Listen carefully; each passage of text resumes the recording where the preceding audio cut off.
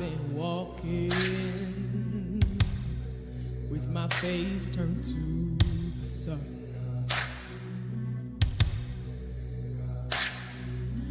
Weight on my shoulders,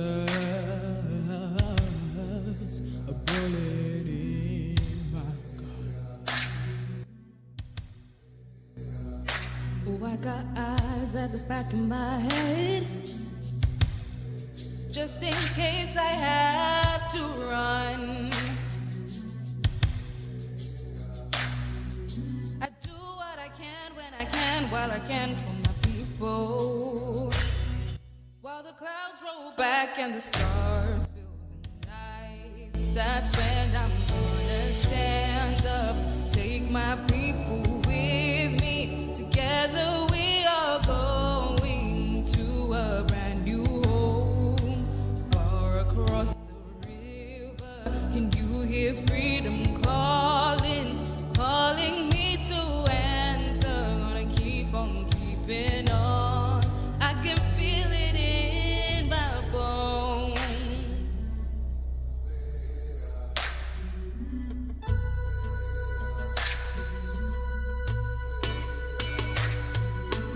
Early in the morning, before the the sun begins to shine. We're gonna start moving, oh, towards that separating line. I'm wading through muddy waters. You know I got a made up mind, and I don't mind if I lose any blood on the way to salvation. And I'll fight with the strength that I got until I die. So I'm gonna stand up, take my people with me. Together we are going to a brand new home, far across the river. Can you hear freedom calling, calling me to answer? Gonna keep on keeping on.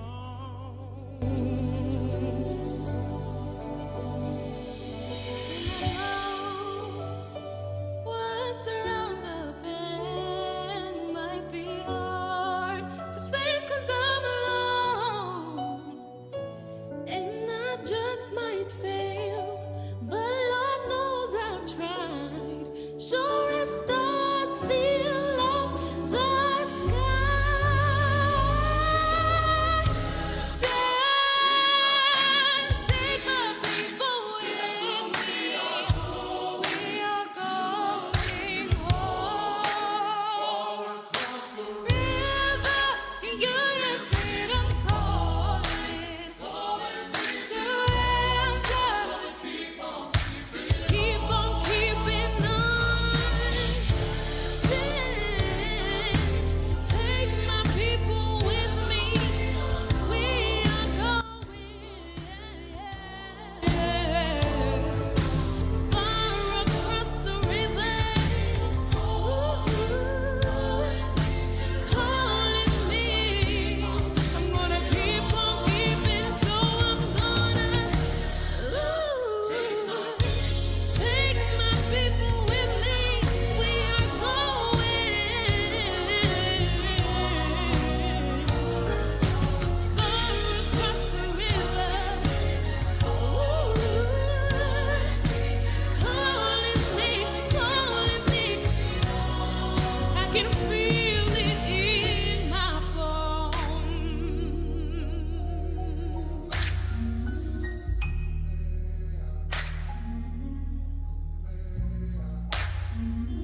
I go to prepare a place for you. I go to prepare a place for you. I go to prepare a place for you.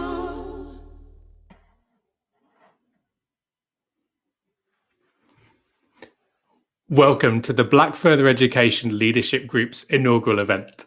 The Google for Education team are very proud to support the group in this event. If you're able to, we would love to hear from you in the comments section throughout as we explore making the most of an ethnically diverse Britain and the role of further education. We have some prominent speakers from across further education and beyond. Please welcome our first speaker today, Anna Artemyeva, Head of Google for Education for UK and Ireland. Anna will welcome you and share how Google is dedicated to diversity. Hello, and welcome to the first Black FE Leadership Group Inaugural Conference. My name is Anna Artemyeva, and I'm the head of Google for Education for UK and Ireland. I'm incredibly honored to be speaking to all of you today and hopeful that the partnership between Google for Education and the Black FE Leadership Group will help to drive change within the education sector. I'd like to start the event by sharing some of the ways that Google as a company has committed to racial equity, highlighting specific areas that could be adopted by any type of organization. Meaningful, lasting change needs to come from within our own walls. Diversity, equity, and inclusion are impossible without building a culture of belonging. The Black Googler Network is one of the internal employee resource groups of Googlers with the mission to cultivate Black leaders at Google and beyond, and also empower the communities where we operate. and transform the tech industry to reflect the diversity of its users. The Black Google Network sponsors many events and programs throughout the year. These will include Black History Month, mentoring, and volunteering. Anybody is allowed to join, but it's also a safe place where Black Googlers can celebrate, run programs, educate fellow colleagues, and most importantly, build a support system. So in our own team, Jimmy Nato, who leads Google for Education in England, is the representation lead for the EMEA Black Google Network. Google runs supports programs for Black Googlers throughout their careers. That means we're looking across the experience of underrepresented Googlers and at all of our internal processes. This will include recruiting, performance, promotion, talent assessment, and retention practices. So what we have done, we have doubled the retention progression team so that each organization has a designated consultant to support underrepresented Googlers.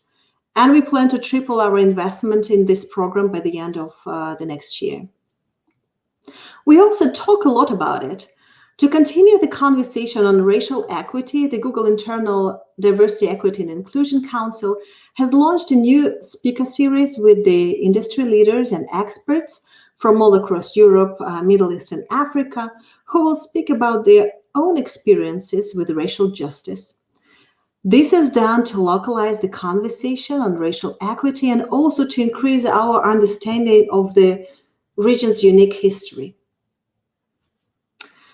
We do pay a lot of attention to attracting new talent. So last summer, we have committed to improving representation of underrepresented groups at the senior level at Google by 30%. We have also added a goal to more than double the number of Black Googlers at all levels, across all levels. And this is also a particular focus for our London offices. We have some great programs like the UK Top Black Talent, which is a program designed to support the growth and development of individuals who identify themselves as Black and who are considering careers in the tech industry.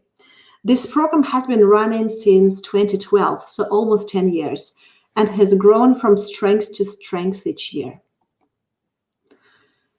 We also try to support small businesses. Google has provided a $2 million fund in Europe to support Black founders outside of the US. And now you will see a link in the chat if you're interested to learn more about that. And finally, we hold ourselves accountable for creative and inclusive workspace. As part of our commitment to anti-racism education programs, we integrate diversity, equity, and inclusion into all of our flagship employee and manager trainings. And then we share the progress in these areas with the Alphabet's board regularly through their transparency reports. And we also have other commitments around supporting racial justice organizations, as well as building helpful products. So if you are interested to read more about all these things and examples that I've been talking about, you can also check out this other link in the chat that will appear shortly. So throughout the day, you will be presented with data, personal experiences, and ideas on how you could achieve racial equity in your own organization. And I urge you to do 3 things. Have an open mind, be willing to learn new perspectives, and use this time to formulate ideas on how you might personally as well as professionally commit to racial equity. And finally, I'd like to thank the Blackify Leadership Group for inviting me to open the event. And I hope that you all can take away something meaningful and valuable from the discussions today. Thank you so much. Thank you to Anna and the Google for Education team for their support. With an open mind, we would like to begin by introducing our next speaker today. Please give a very warm welcome to Stella Bumbebu, CBE, Executive Member of the Black FE Leadership Group.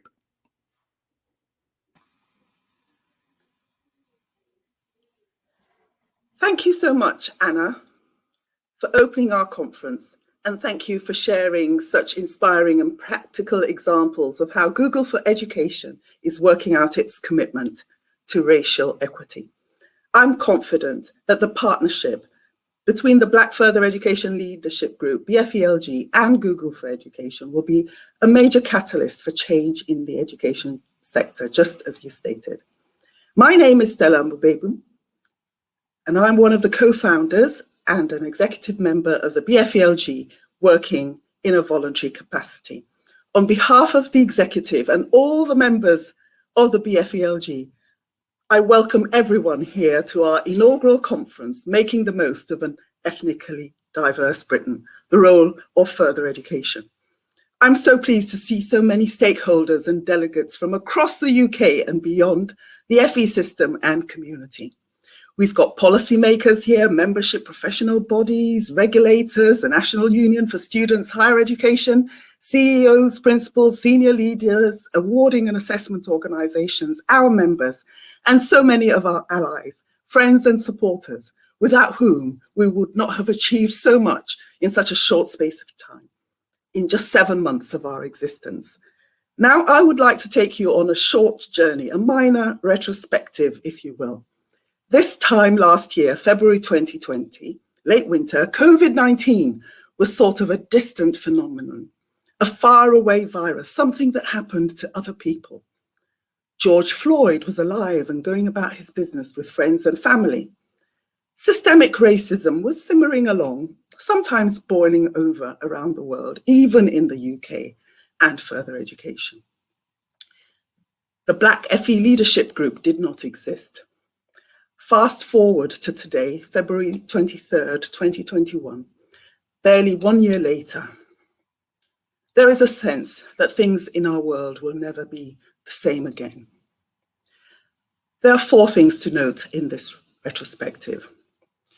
In our lifetime, we are facing a pandemic. We're locked down. Indeed, it is our 3rd lockdown. We're shaken to the core by this terrible pandemic. Nearly everyone knows of a family, a member of our own families, colleagues, students, friends whose lives have been touched, where there has been a death. George Floyd is dead. There is no doubt that his very public death and ensuing worldwide events touched all of us.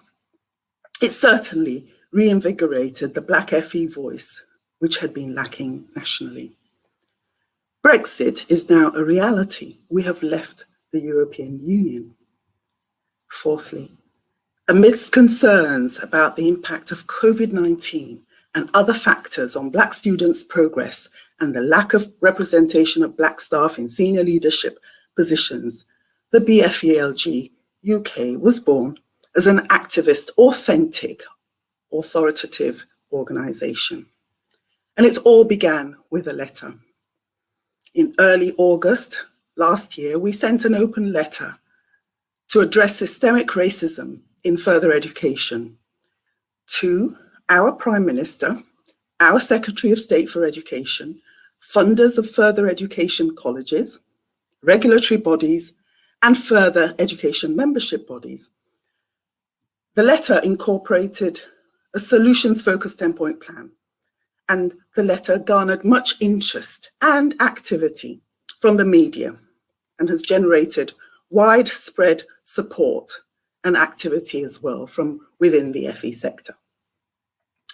A brief summary of BFELG's achievements in 7 months of existence includes: BFELG has developed into a UK-wide organisation with over 500 members, including current and former FE sector chairs, governors, principals, CEOs, senior leaders, managers, lecturers, business support staff. We have a number of subgroups to provide the much needed support mechanisms and structures for members. For example, there's a BFELG Teachers Network. We have developed a 10-point plan diagnostic toolkit, which enables organizations across the breadth of the further education and skills sector to undertake a comprehensive audit of their anti-racist practice. And we'll be launching this toolkit at an event after the conference today. Successful advocacy with Ofsted, leading to agreement to develop a coaching and shadowing scheme for senior Black leaders who want to train as FE inspectors. Admittedly, we were pushing at an open door. Engagement with over 50 sector organisations, such that there is now widespread acceptance of the need to address the systemic and insidious racism that continues to taint and damage our society. And the BFELG was awarded the Times Educational Supplement People of the Year in recognition of our work. This year, 2021, we hope to deepen our engagement with the FE system in Wales, in Scotland and Northern Ireland. New projects lined up include a focus on 4 regions: West Yorkshire, London, West Midlands and Greater Manchester. We do know that there is a long road ahead in the journey to secure sustainable change. However, the goodwill and positive responses from you, our many supporters and stakeholders, have given us hope for a better future in which anti-racism is firmly at the heart of the FE system for the benefit of all. We have been greatly encouraged by the support from the Department for Education, and indeed, this conference was inspired by their response to a data presentation we made to senior officials last year. This morning's session is in 4 parts. Our BFELG keynote presentation, which is based on the data presentation to the Department for Education.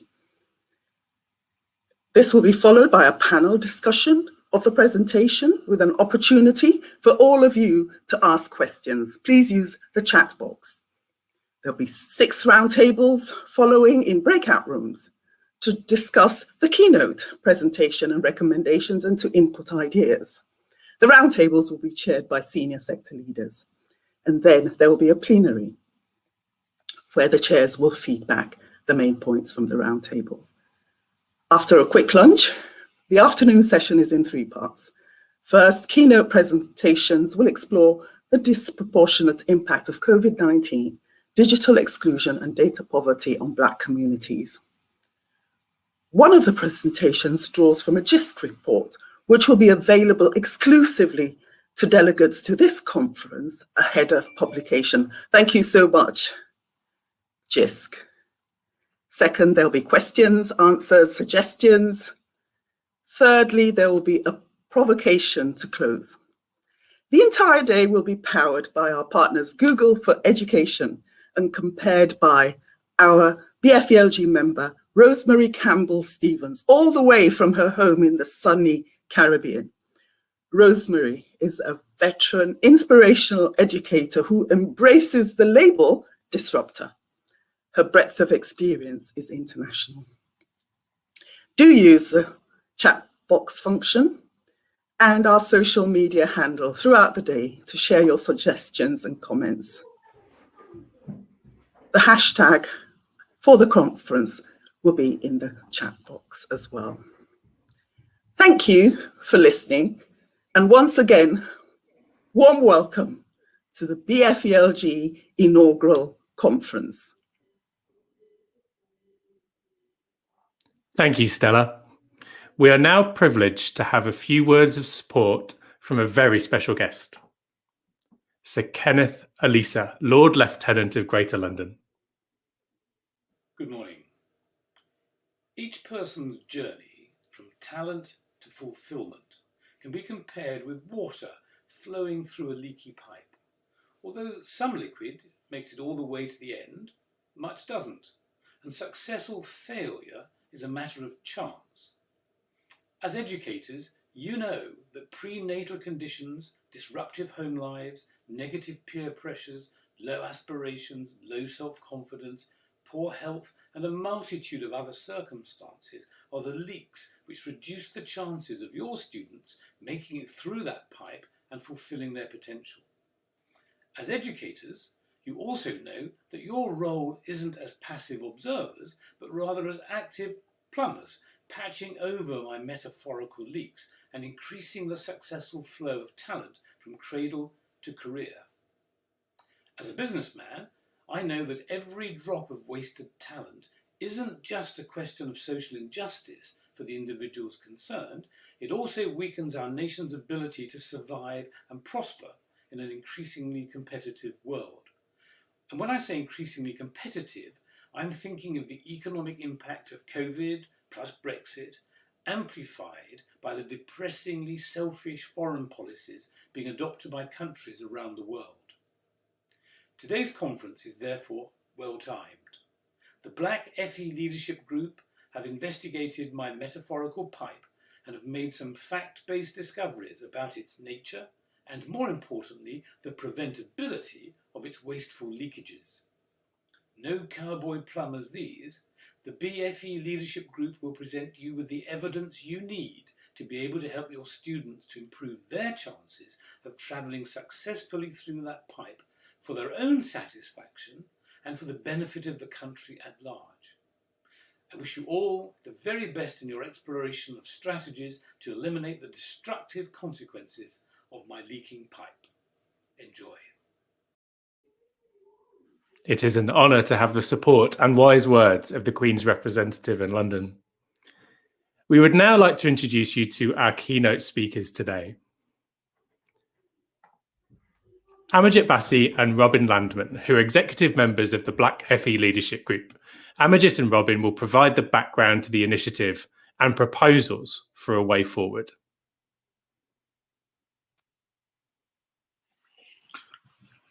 Good morning, everyone. We're really pleased to have this opportunity to share our important and timely research with our friends in the FE community. Our research comprises key messages and data shared with the DFE prior to the white paper's publication, and the data spans the past decade, the coming decade, and the following 30 years. We highlight the opportunities and choices available to institutions, to policymakers, and others to redress post-16 inequalities. And we recast what it is to be British in a post-Brexit Britain. Our focus is to optimize the potential for all Black people in education, skills, and employment, because only by doing so will we achieve a truly inclusive, equal, and prosperous society. It's important to note that this comes 10 years after the Equality Act, so an important time to take stock. It also comes on the eve of the latest census, which we believe will only strengthen the messages we seek to share with you. And poignantly, it comes with the recent death of Lord Macpherson fresh in our minds, 22 years after his seminal report, which gives us pause for thought about lost opportunities of the past. We're making the assumption that everyone has read our open letter, including the editorial note, so we won't be repeating its contents today. Now, our purpose is to challenge systemic racism across the FE-wide system, the FE UK-wide system. Our vision is of a truly anti-racist FE sector. And throughout the presentation, we use Black as an inclusive definition to describe people from ethnically diverse backgrounds with a shared experience of the effects of racism. Our beliefs are inclusive too, and I'll give you a moment to read and reflect on them.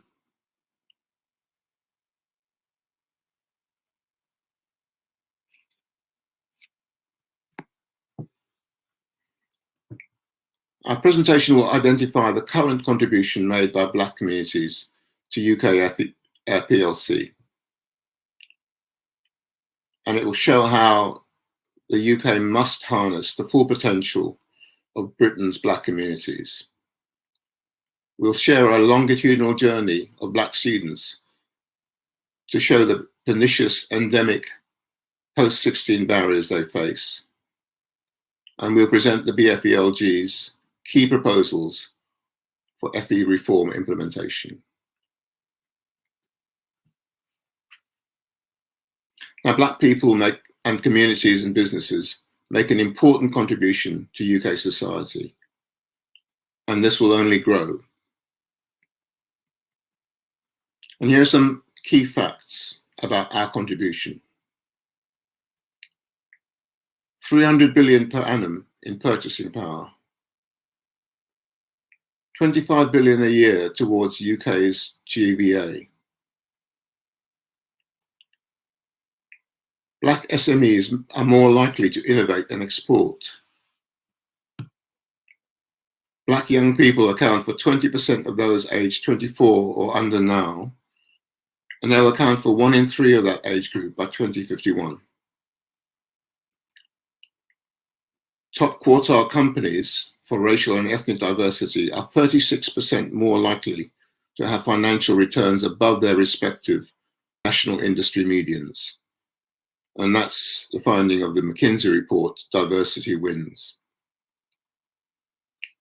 If the current Black workforce achieves its full potential in the labour market in terms of participation and progression, this will add an additional 1.3% of GDP, equivalent to £24 billion per year.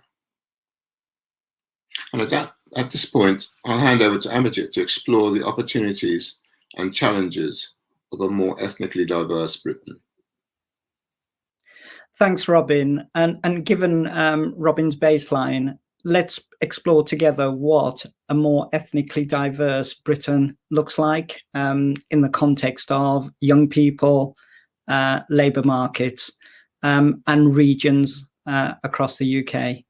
And to start that, I'm introducing to you an ethnicity heat and dispersal map of post-Brexit Britain. You'll see 2 maps, 2016 and 2061, taking into account the Brexit scenario. And Black communities are set to grow significantly over the next decade. And you can see the concentration and dispersal of that as we move forward. A couple of key facts. By 2030, 1 in 5 UK citizens will be Black. And this will increase to 1 in 3 by 2061. And furthermore, Black people will account for more than 20% of the working population within 30 years.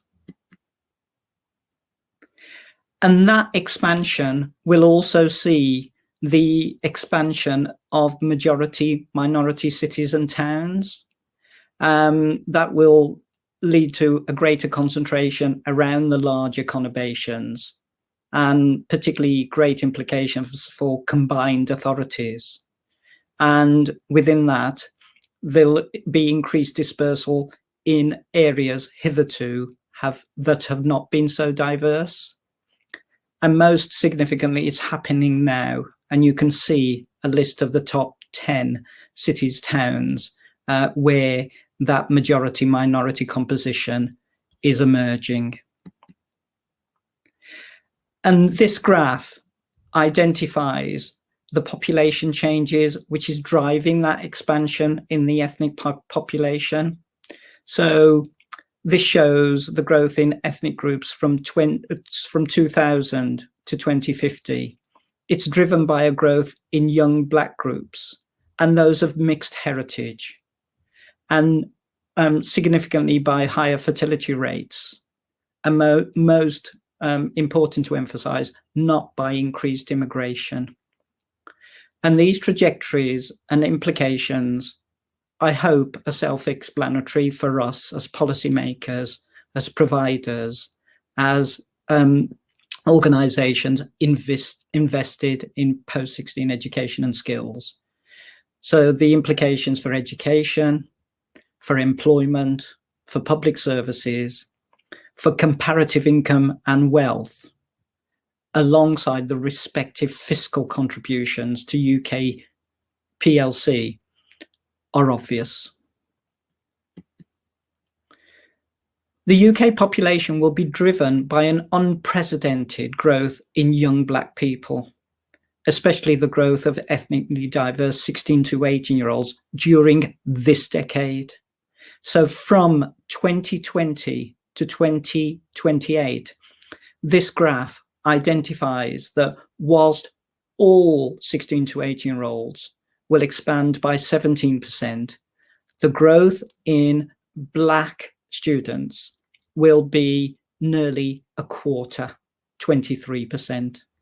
To put that in some form of context, that's a growth of 85,000 more Black 16 to 18-year-olds this decade, which equates to 17 additional colleges holding 5,000 FTEs. But herein lies the challenge, because on the surface, that demographic trajectory, if harnessed, appears very encouraging. Indeed, during the past decade, a challenging one for FE, the overall proportion of Black students engaging in post-16 has grown markedly. However, the reality is, during a decade that commenced with the Equality Act, from the age of 16, Black students encounter major inequalities through their education and employment journeys, which hinders their potential and their contributions within their communities and the UK as a whole. These disparities, presented through the next series of slides as a longitudinal study of Black student journeys, represents a decade of lost potential. So this chart, which identifies educational attainment up to 16, is really, really significant. If you can hone into the dotted line, which is the performance of white British students, and all the other lines, therefore, are relative to that dotted line, it'll be easier to understand the implications. So whilst most Black groups make good progress through their schooling, their potential is stunted at the age of 16. So Black pupils make good progress through the primary phase, through the secondary phase, and up to the age of 16. That's a really positive story. There are notable exceptions. They'll be familiar to people. Black African and Black Caribbean, Pakistani, Irish travellers, and Roman gypsies tend to underperform over that compulsory phase. But at level 3, whilst Indian and Chinese students perform very well, their performance and that of all other Black groups falls away at 16 relative to the white peers. For some groups, under-attainment at 16 and into post-16 span the whole of the past decade. For example, Black Caribbean attainment for post-16 has been persistently low for the past 9 years. Black students are significantly overrepresented on college courses, but underrepresented on apprenticeships. So whilst Black student participation of apprenticeships is typically around 12%, this compares with 25% on other post-16 programs. Success rates for Black apprenticeships are lower than their peers, and furthermore, Black apprenticeships are concentrated in a narrow group of low-paid sectors: health and social care, hospitality, and business administration. And all Black groups, including Asian and Chinese students, are underrepresented at Russell Group universities. Fewer Black students gain places in high-tariff universities, including higher performing level 3 students, Chinese and Indians. Furthermore, Black students gain fewer first class and upper second class degrees than their white peers. Black Afro-Caribbean and Black African, Pakistani and Bangladeshi students perform significantly worse throughout their educational journey. If we look at employment rates, they are lower for Black groups than their white peers at all levels of qualifications. The lowest employment gaps occur for those holding either level 4 and above, or for those that hold no qualifications. Furthermore, in all years after graduating, the majority of Black groups have lower average earnings than their white peers. So if we take earnings 1, 3, 5, and 10 years beyond graduation, with the exception of Chinese and Indian students, all Black groups under-earn compared with their peers. Notably, Chinese and Indian students, albeit earning well, face barriers in securing executive roles. Given that, there are other factors to bring into account, and notably the impact of COVID, the post-pandemic implications, and other things which we mustn't ignore. Research confirms that Black communities have been disproportionately impacted by COVID-19, socially and economically. And Janek is going to explore this in more detail this afternoon. COVID impacts Black communities more because they are more likely to be employed in COVID vulnerable sectors, live in multiple comorbidities, be in frontline jobs requiring face-to-face contact, and live in more tight-knit communities incorporating multi-occupancy, and there'll be other factors. History also tells us that the possibility of a prolonged economic downturn, including major reductions in public sector spending, is likely to disproportionately affect Black people. For example, this chart shows the spike in unemployment rates at the beginning of the last austere situation, 2010. Furthermore, there are serious trends in youth custody. If we evidence the stark implications of Black student exclusions at school, and indeed from post-16 education, these follow through into the criminal justice system. To bring some sense of starkness to this context, the total Black prison population in the UK is proportionally more per capita than the US, and it costs the UK taxpayer £300 million per annum. And during all of this time, we've encountered a growing imbalance between the FE student community on the one hand and the composition of the FE workforce, including at senior leadership and governance levels. So within this context, I hand back to Robin. Thank you, Amajit. Our colleagues, Amajit's exploration of the data, examining how underserved post-16 Black students have been, we've got to ask ourselves, have we been valuing and measuring the right things? It begs the question, how can it be that persistent gaps in Black student participation, attainment, progression, and sustained destinations, and with Black students reporting negative lived experiences in their learning, particular reference there to the YMCA 2020 report, and obviously with Black representation at all levels of the FE workforce going backwards. Despite all these factors, the evaluation of the effectiveness of FE provision has barely changed over the past decade. So how can it be that despite evidence of endemic race disparities over the past decade, the post-16 sector is deemed by Ofsted to have performed well? Has our system ignored the data or taken a backward step in measuring the impact of teaching, learning and assessment on Black students and leadership and management on Black staff?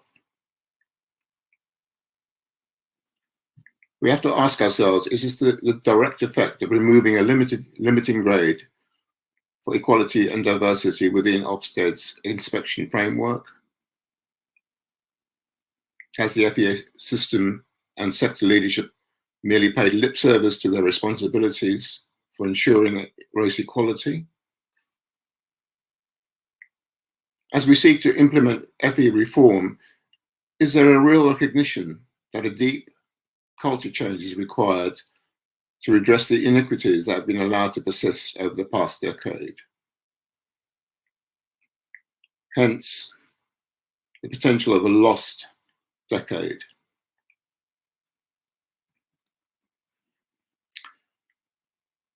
So as the BFELG considers the white paper, we note the following. Firstly, the white paper reinforces our narrative. Some remarks there that you may want to reflect on before I move on.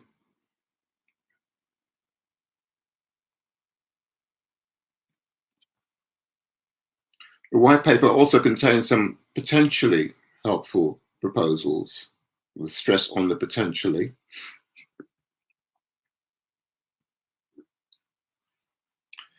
Now, we believe there's a systemic choice to be made. Either the FE system reforms to harness the full potential of Black students, the Black workforce and communities, or we continue with the systemic drag which has characterized the last 10 years. We continue to disappoint, disempower, disengage and divide Black students, staff and communities, and suppress economic growth for all of us. So what will our choice be? And we've suggested the following actions, and these will be the focus of our breakout groups this afternoon. Firstly, national and local targets, redefining success, a reformed curriculum and qualification system, a representative system leadership, pedagogical and professional development changes, incentivized employers, and refocused regulatory frameworks. All of those will require central government support and quite significant amounts. The Black Further Education Leadership Group stands ready to play our full part, enabling positive and sustainable change in race equality. Our contribution is our 10-point plan, including our recently developed diagnostic toolkit. Our offer is to share our intellectual capital, provide deep insight, and act as a critical friend. Our instinct is that colleges and providers will need a combination of compulsion and incentivization. Thank you. Many thanks to Amajit and Robin and the wider executive team from the Black FEC Leadership Group for today's keynote and their tireless efforts to highlight the challenges and promote inclusion and diversity across the sector. To help us process that stark information, we have an expert panel joining us today. To help us review this information and reflect on the themes in the keynote, we are joined by Rosemary Campbell-Stevens, MBE, who is facilitating an expert panel who will be reflecting on the keynote and taking any questions you have. Please continue to contribute questions via the comments. These will be passed to our panel during the session.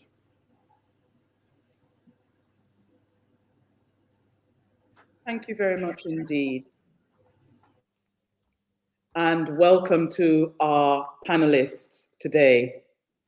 I'd like to give you an opportunity to introduce yourself to the conference. So I'll just ask you each to introduce yourself briefly by name and just say where you're from, starting as we appear on the screen.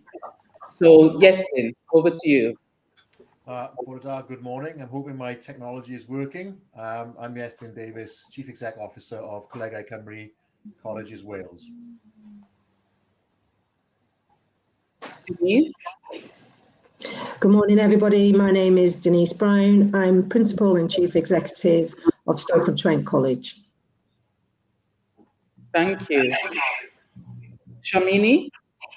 Hi, I'm Shamini Roger, and I am the Deputy Director in charge of the Skills Reform Delivery at the Department for Education. And I'm standing in for Joe Billington, who unfortunately couldn't be here because he's broken his collarbone very sadly.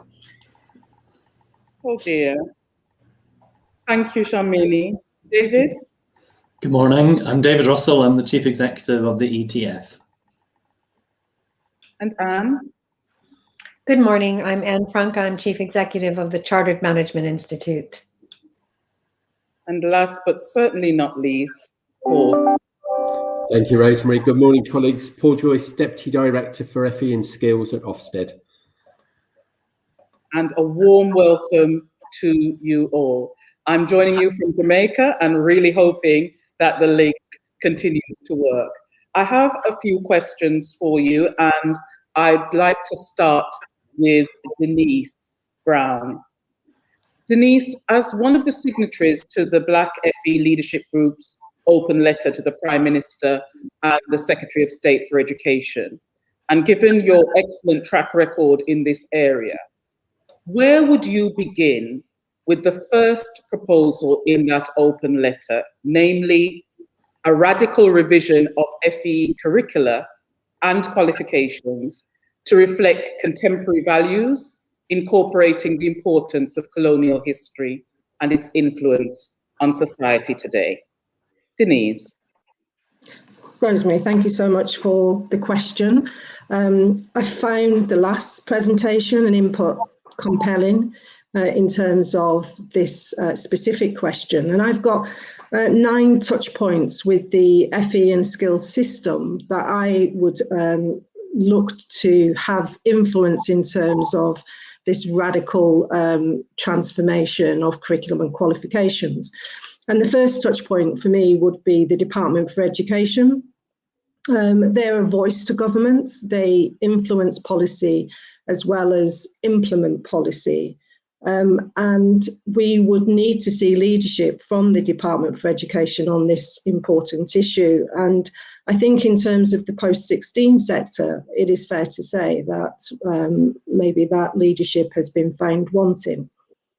The second touch point in terms of the system for me would be Ofqual. Ofqual has oversight for regulating qualifications. And for me, again, I would be looking to make sure that Ofqual is diverse in terms of its representation, but that it also has an explicit policy and aim in terms of anti-racism and addressing some of these post-sector 16 issues that we've talked about. Which leads us nicely to my third touch point, which would be awarding organisations. They are the guardians of what is taught and assessed. Often awarding organisations use professionals from the sector to help them design qualifications. And I would hope and expect that awarding organisations would start to use broader representation from within the FE and skills sector to develop and design the qualifications that FE colleges and other post-16 organisations deliver. And again, I think whilst there's been some movement in terms of awarding organisations developing qualifications that are more broad-based and inclusive, I still think there is a long way to go in terms of dismantling racism. My fourth touch point is Ofsted, and we've got Paul Joyce on the panel, who no doubt will have his own perspective on this. But for me, the education inspection framework is an opportunity for Ofsted to really advance the case of anti-racism in post-16 education and training. We have organisations being assessed on curriculum, in particular curriculum intent, design and implementation. And from what I've seen thus far, it is a squandered opportunity in terms of using the Ofsted inspection framework to make significant changes. My fifth touch point is the Further Education Commissioner's Office. They are a critical and supportive lens to the sector. And again, I think they have much to offer in terms of holding FE organisations to account for the outcomes of Black learners alongside their counterparts, and making sure that Black learners are getting the progression and access to the opportunity structure that they need. My sixth touch point is teacher training organisations. They are responsible for the education of teaching professionals, and there is much that teacher training organisations should and could do to give all teachers, whatever their ethnic background, the skills they need to be able to address racism in the classroom, but also to implement anti-racism in their teaching skills and the design of the courses that teachers put on. My seventh touch point would be the Education and Skills Funding Agency. They are commissioners of provision, and if they were to have criterion in terms of awarding tenders that were around anti-racism and inclusivity, then that would be a game changer, because organisations will change their practice, obviously, to make sure that they stay financially viable and afloat. And I think that could be a tremendous instrument within the sector to advance the case of anti-racism in the post-16 sector. And then in terms of my ninth touch point, that would be membership organisations, both for staff and for students. I certainly think the Students' Union should demand of the sector a radical review and change to what is taught to all learners, but in particular to Black learners.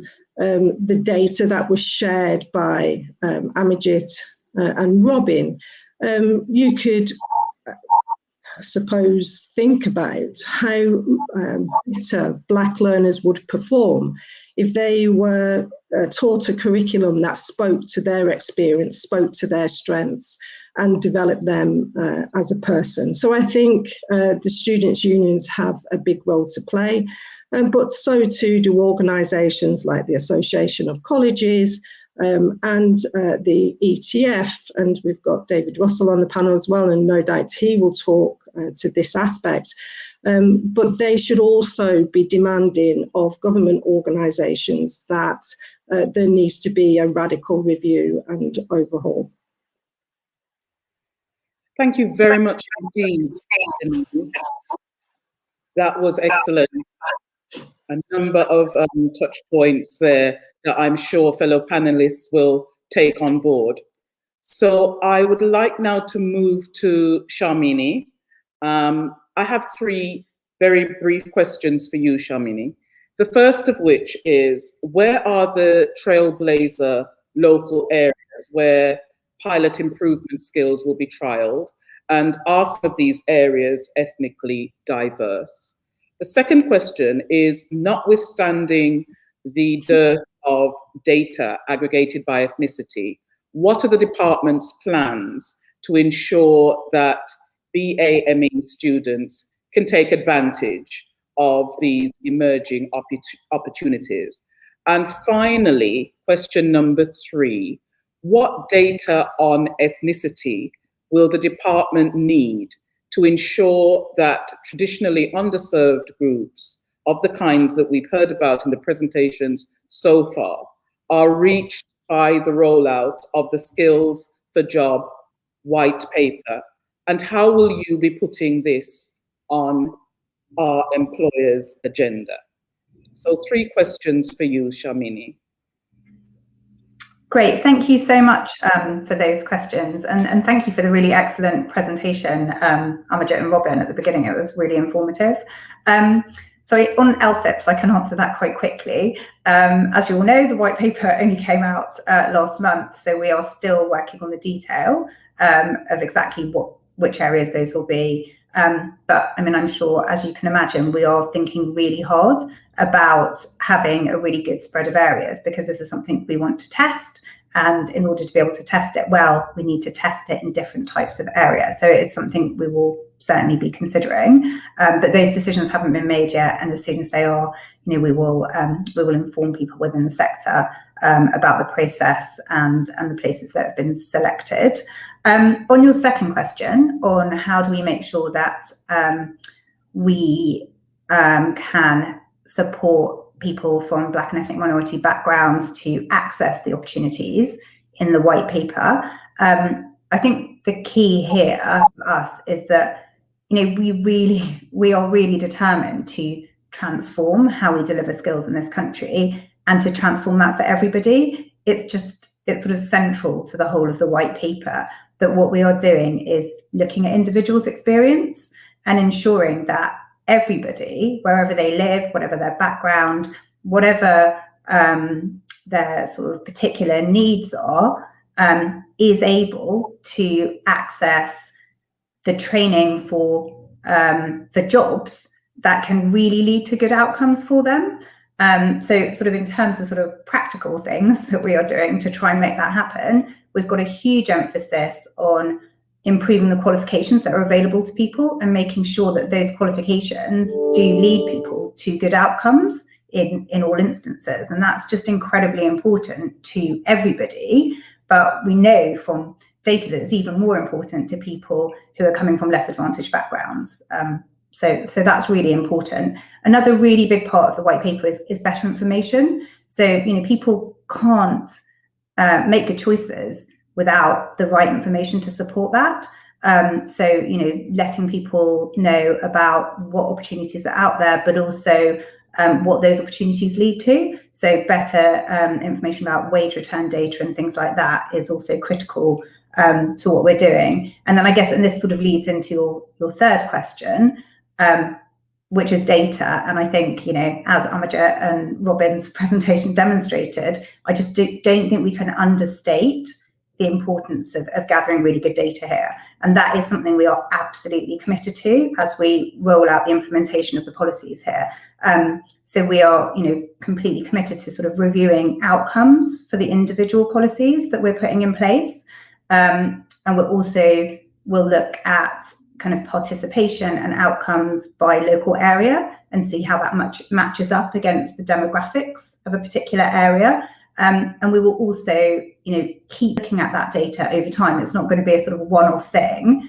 We want to use it effectively to change what we do. So we're not just going to gather it and let it sit there. It should be informing our practice all the time. And I really think if we can get that right, that is how we will affect change and sort of just make sure that these opportunities that, you know, I think the white paper does offer like huge opportunities, both for employers and to learners. But I think the data that we can gather and keep looking at and iterate what we're doing accordingly will be the key to our success. Thank you so much, Shamini.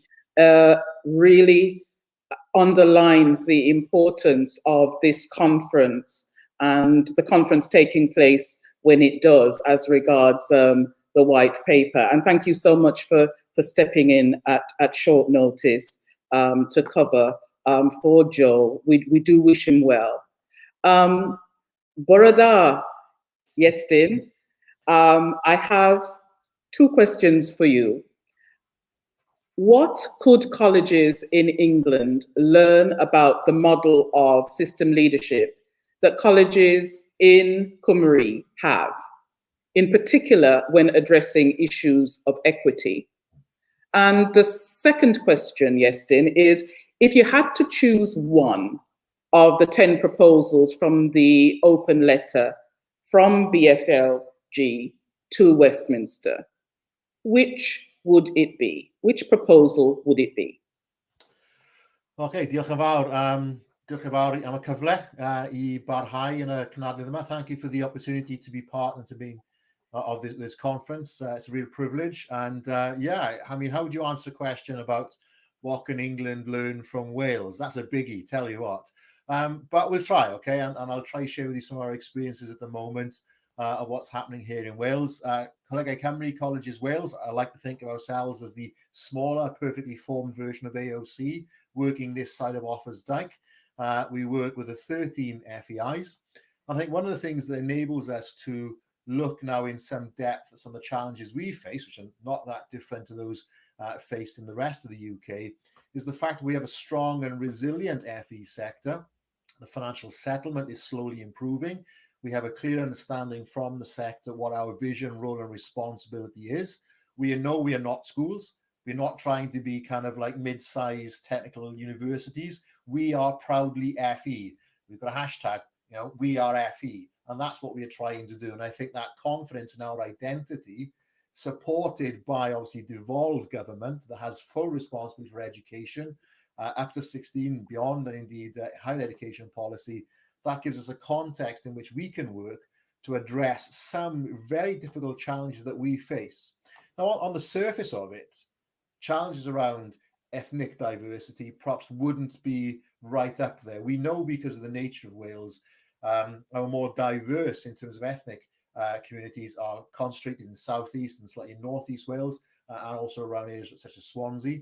But of course, we have a very, very fundamental, if you like, fault line in terms of identity in Wales. That's not always determined by someone's their ethnicity, and that's of course to do with the Welsh language. So what I want to perhaps answer that first question, Rosemary, is around how we deal now with this question of Welsh language and Welsh identity in Wales. Bear in mind, back to around 2006, you were more likely to be able to identify yourself as Welsh in a census in the federal US and in Canada than what you were in Wales. Only in 2011 could you identify yourself as Welsh British for the first time. Can you imagine that? The first time, 2011, was when we had the opportunity to do that. When people were given that opportunity, roughly 55% identify themselves solely as Welsh, not even Welsh British, okay? So what we were looking at was a situation where we have a real strong understanding of a sense of values and culture that is different even from these things such as notional British values. And I know that really translates difficultly in other parts of the UK. It translates difficultly. We know, obviously, in Northern Ireland. I'm sure it translates very differently in parts of Scotland as well. So we've got to be really careful about how we understand identity that goes beyond even our identity around ethnicity. And language, as I say, is a complicating, enriching factor in that here in Wales as well. Roughly 20% of people living in Wales will say they speak Welsh, can use Welsh. So that's obviously, again, a slightly different qualifying factor for those who identify solely as Welsh. And of course, we have a dispersal of Welsh language skills in use that actually is unequal across Wales as well. And actually, the greatest growth in Welsh language is not in what we call the Fro Gymraeg, the places where Welsh has historically been spoken along the western seaboard and actually in North Wales. But actually, the largest growth in Welsh language is actually here in Southeast Wales. I live in Newport, you know, within sort of shooting distance of the border. You know, so we find growth in the Welsh language actually is strong here in Southeast Wales. So how do you cope with that? It's an unseen, if you like, sort of diversity. It's often an unheard diversity in some parts of Wales, but actually one which is common to our experience. So what we've seen in Wales, of course, is the introduction of a new set of legal standards that sets out what citizens of Wales can expect in terms of the treatment of the Welsh language. And the reality is, I think, unless you have that strong steer from government, unless sometimes it's backed up by statutory intent and regulation, the kind of, well-meaning changes that we want to see simply don't happen. They don't always happen when you change the law. But we have to be able to have a very clear expectation of what it is that people can see and the experiences they can have from the FE community. And that relates to the Welsh language here in Wales, and the Welsh language standards, which derive from the Welsh language measure of 2011, make it very, very clear what the expectation is on us as college leaders and as the FE sector in terms of the experience of the Welsh language. And I think without that fundamental change, there's not going to be any real, if like, cut through in some of these most difficult areas around diversity and inclusion in the wider UK. So perhaps a little experience very practically there from Wales, a resilient sector that allows us to be able to dig down deeply into these areas. But actually we understand that unless there's fundamental change at a governmental level, nothing really sort of makes a big difference on the ground. So in terms of the proposals in the letter, and indeed just reflecting on some of the contributions I've heard this morning from the next steps that the group needs to look at, and it's urging particularly UK government on behalf of England to look at, what do I think are the real takeaways? Well, number one, anything to do with culture. We know, don't we, the phrase, culture eats strategy for breakfast. That's the reality. Unless you can get to grips with culture, your best strategies, the best intentions, the best will in the world will not actually transpire and give us real systems change. But I really want to look at as well the kind of contribution that we think that FE can make to a more diverse society and to the communities around it. We've recently responded and contributed to the FE Commission of the College of the Future. We've also commissioned our own independent research because we've got a minor thing called an election happening in May to elect new members to our parliament and therefore a new government. So we've been looking at some of the real deep-seated challenges around what FE does in Wales and how it contributes to social and communitarian as well as economic and industry renewal.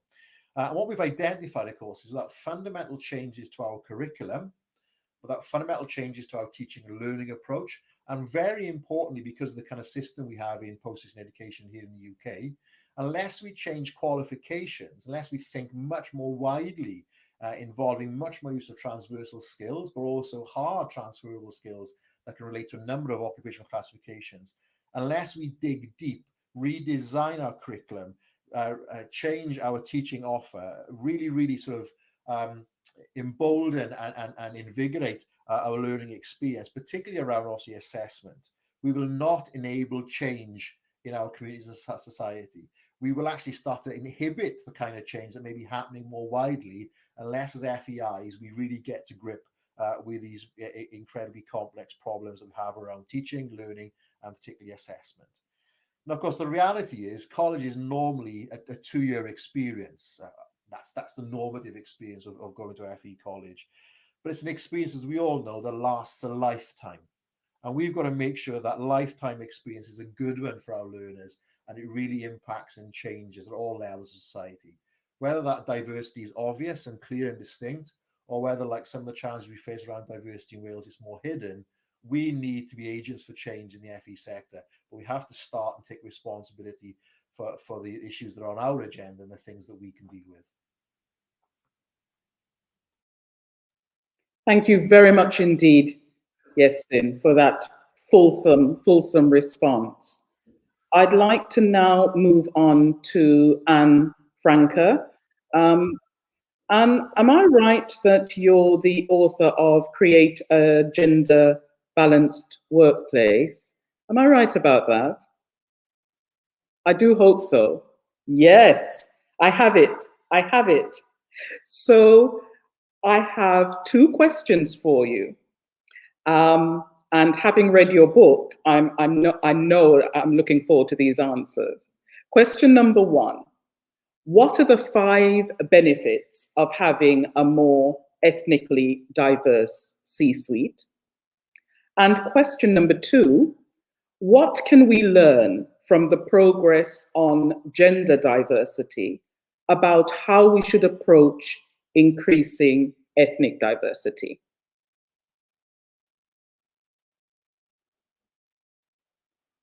Unmute yourself, Anne. The catchphrase of 2021, you're on mute. Thank you. I'm delighted to be here, and those are great questions, Rosemary, and thanks for inviting me to this conference. So, to your first question, what are the business benefits of a more ethnically diverse C-suite? Well, actually, they're quite phenomenal. The first is that having an ethnically diverse leadership team boosts your financial performance. And actually, I can quote the latest data from McKinsey on this. It just came out a couple of months ago. If you are in the top quartile of ethnically diverse companies, you outperform in profitability by a staggering 36%, the bottom quartile of the least ethnically diverse companies. And that is a huge business incentive for everybody. And actually, if you consider the FE sector, a lot of the financial challenges facing this sector mean that actually financial sustainability is critical. So if you want to be more financially sustainable, become more ethnically diverse in your leadership team. The two go hand in hand. The second benefit is it increases your ability to attract and retain talent. And we saw earlier there's not enough representation in management and leadership throughout the FE sector. And if you want to change that, you start by becoming more ethnically diverse at the top, because people need to see role models. They need to see people who look like themselves as leaders.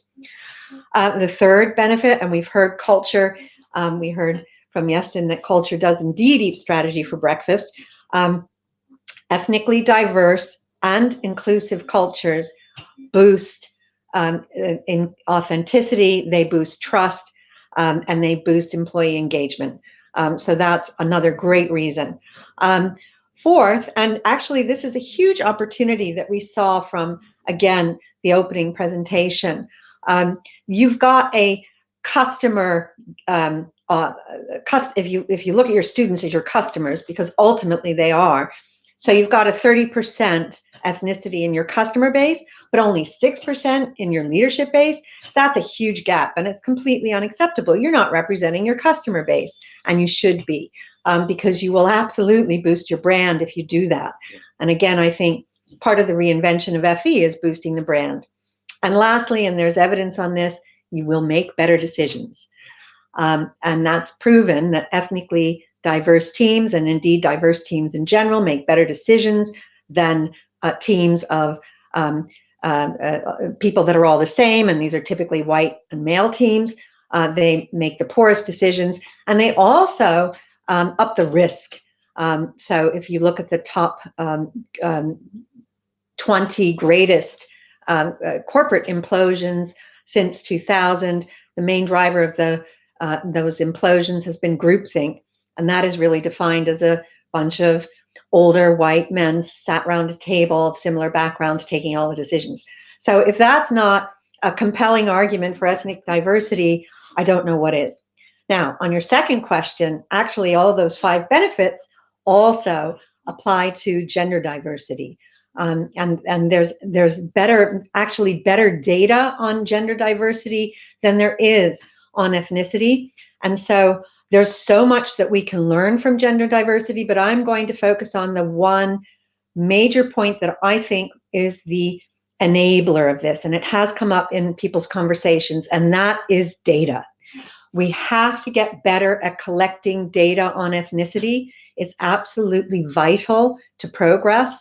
And one of the things that really enabled progress on gender is getting the data on things like the gender pay gap and on what the representation of gender at all levels in organizations, and the statistics on the percentage of women versus men who got promoted, because we found things like huge pay gaps. We found things like lots of women at the bottom of organizations, very few women at the top.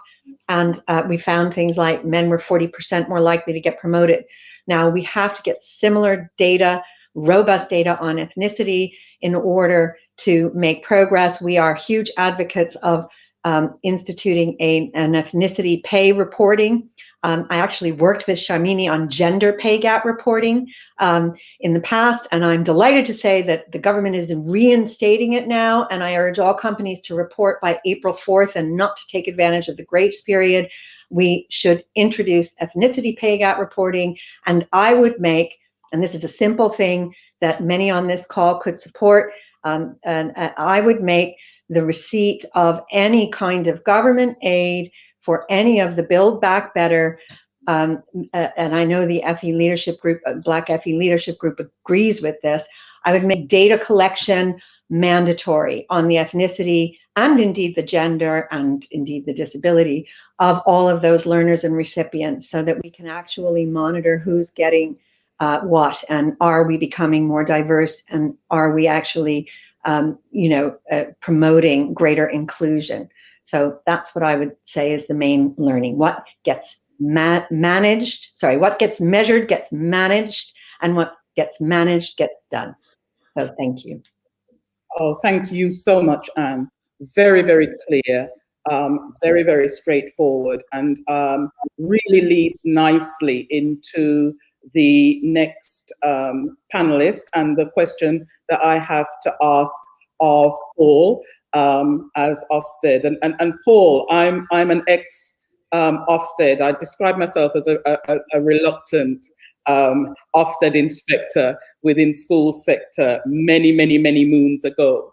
So leading on from Anne's answers, I have a question about data, as you might expect. What baseline data aggregated by ethnicity will Ofsted be recommending to the DFE needs to be mandatory in terms of addressing the systemic challenges that this conference is about, and enable you at Ofsted to effectively quality assure progress, specifically on race equality within the FE sector? And the second question, which has come through from the audience, is there any chance that Ofsted could actually seriously give a higher profile to equality and diversity? So Paul, over to you. Rosemary, thanks very much. Two really good questions. And Rosemary, to pick up on the first, I'm going to find myself agreeing almost entirely with what Anne was saying before around data. So data is obviously really important, and we know from experience what is measured does have an impact. It does drive behaviour. It's important that therefore what is measured and what is collected does drive the right sort of behaviour. So in my view, anything that we can do in terms of data collection that helps monitor or measure the progress of race equality within FE should be absolutely welcomed. There's a raft of data that is collected, and we at Ofsted will obviously use that data as part of our inspection, and we'll always consider that data when we make judgments to hold providers and the sector to account, whether that's for the quality of provision or whether that's for the effectiveness of leadership and management. And that's in areas, as Anne was touching on, in terms of governance, in terms of the composition of governing boards, of senior leadership teams, and whether or not senior leadership teams, managers, governors do represent the student population or the communities that institutions serve. Really important. I think it's also important, Rosemary, to say that whilst data is important, it's important that it's the right data and it's measuring the right things and telling us the right things. So it really does need to be useful and meaningful. It needs to drive the right behaviours. So accuracy, timeliness, and completeness of data, really, really important. And Rosemary, you ask in terms of recommendations for DFE. I think there lies some of the difficulties in DFE data in terms of its timeliness and in some cases its accuracy. And as we've already heard from previous panelists, a lot being done with data to make data more useful, more meaningful, and to enable policymakers to act upon it. But currently we find some of the difficulty with data that's supplied. There's often too big a time lag in us getting that data for it to be meaningful and useful at the time of inspection.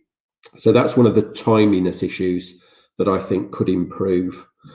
I think there's also an issue, and Anne touched on this, it's about the voluntary nature of some of the data returns that we currently get from DFE.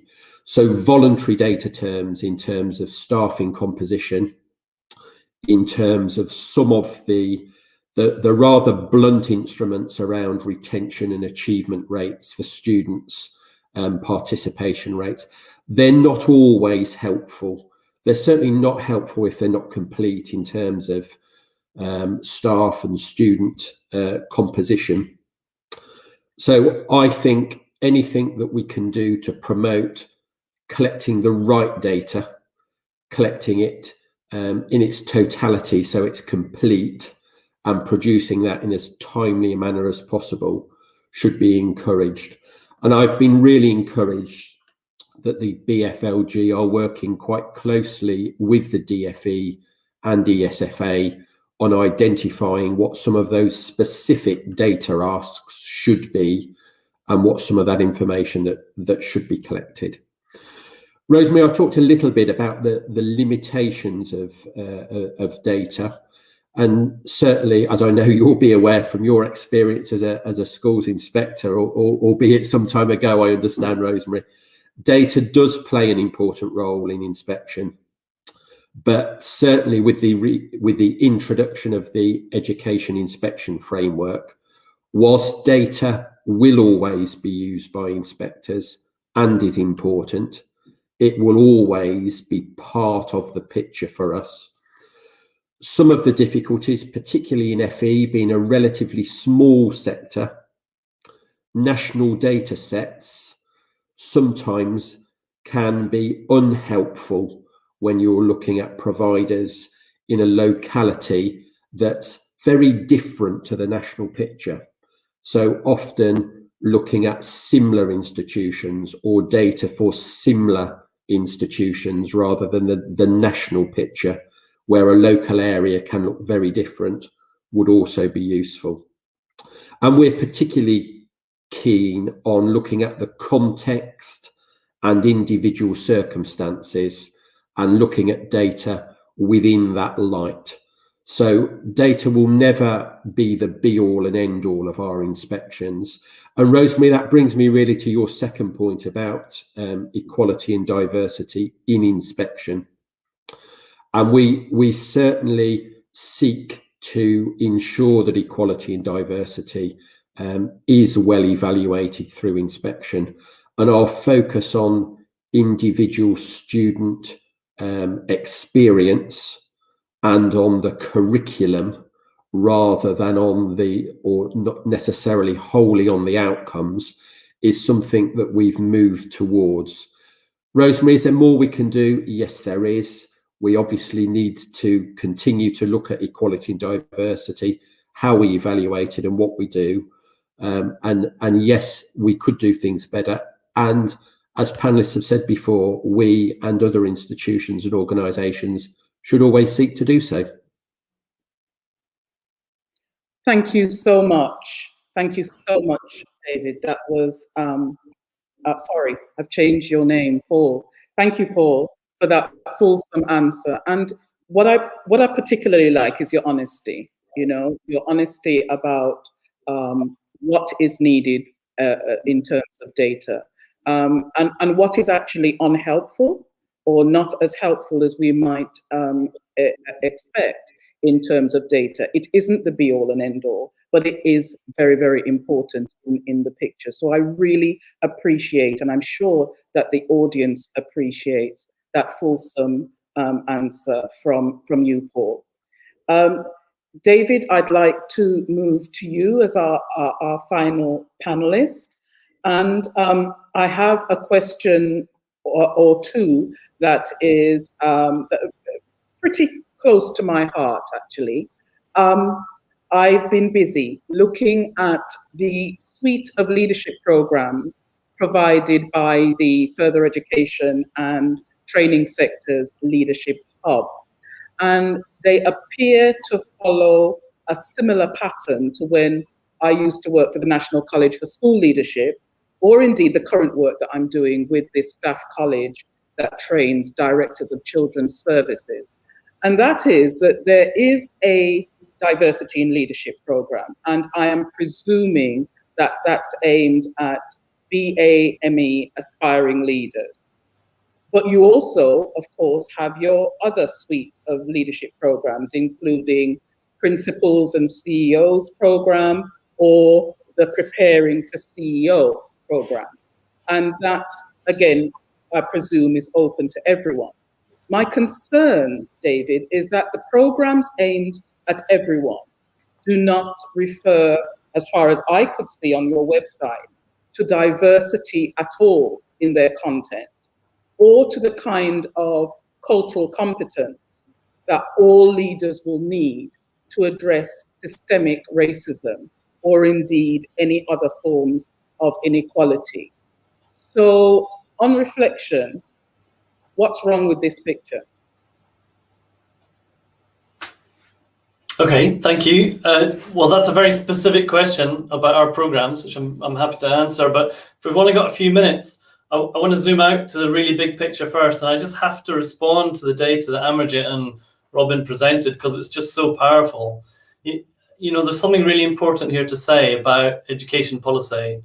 There's a narrative in the DFE and those who work with it over the last few years that says the race equality problem has been solved. It's really important to recognize that this narrative has been running for a while. The narrative goes like this. We used to have a big problem with disparity of educational outcomes.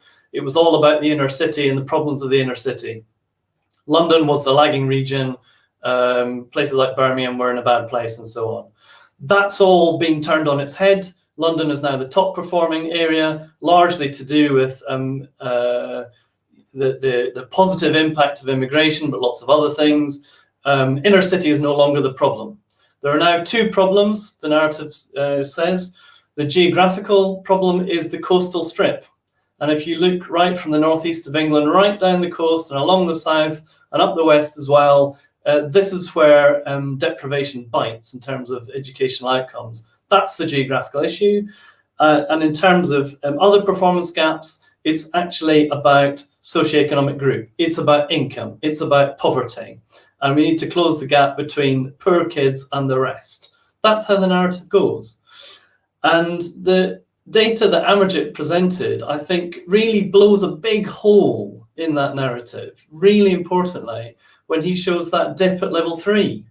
The narrative does not hold at level 3. And I think that's just so crucial. And the other thing I need to link it with is really uncomfortable for us in the FE sector, which is, so minority ethnic groups are performing relatively poorly at level 3. Minority ethnic groups are also overrepresented in FE colleges at level 3. This is a big challenge to us. The single most important thing that we can do to level up and eliminate these disparities in outcomes by ethnicity is to improve the quality of teaching and learning in the FE system. That is the really big picture.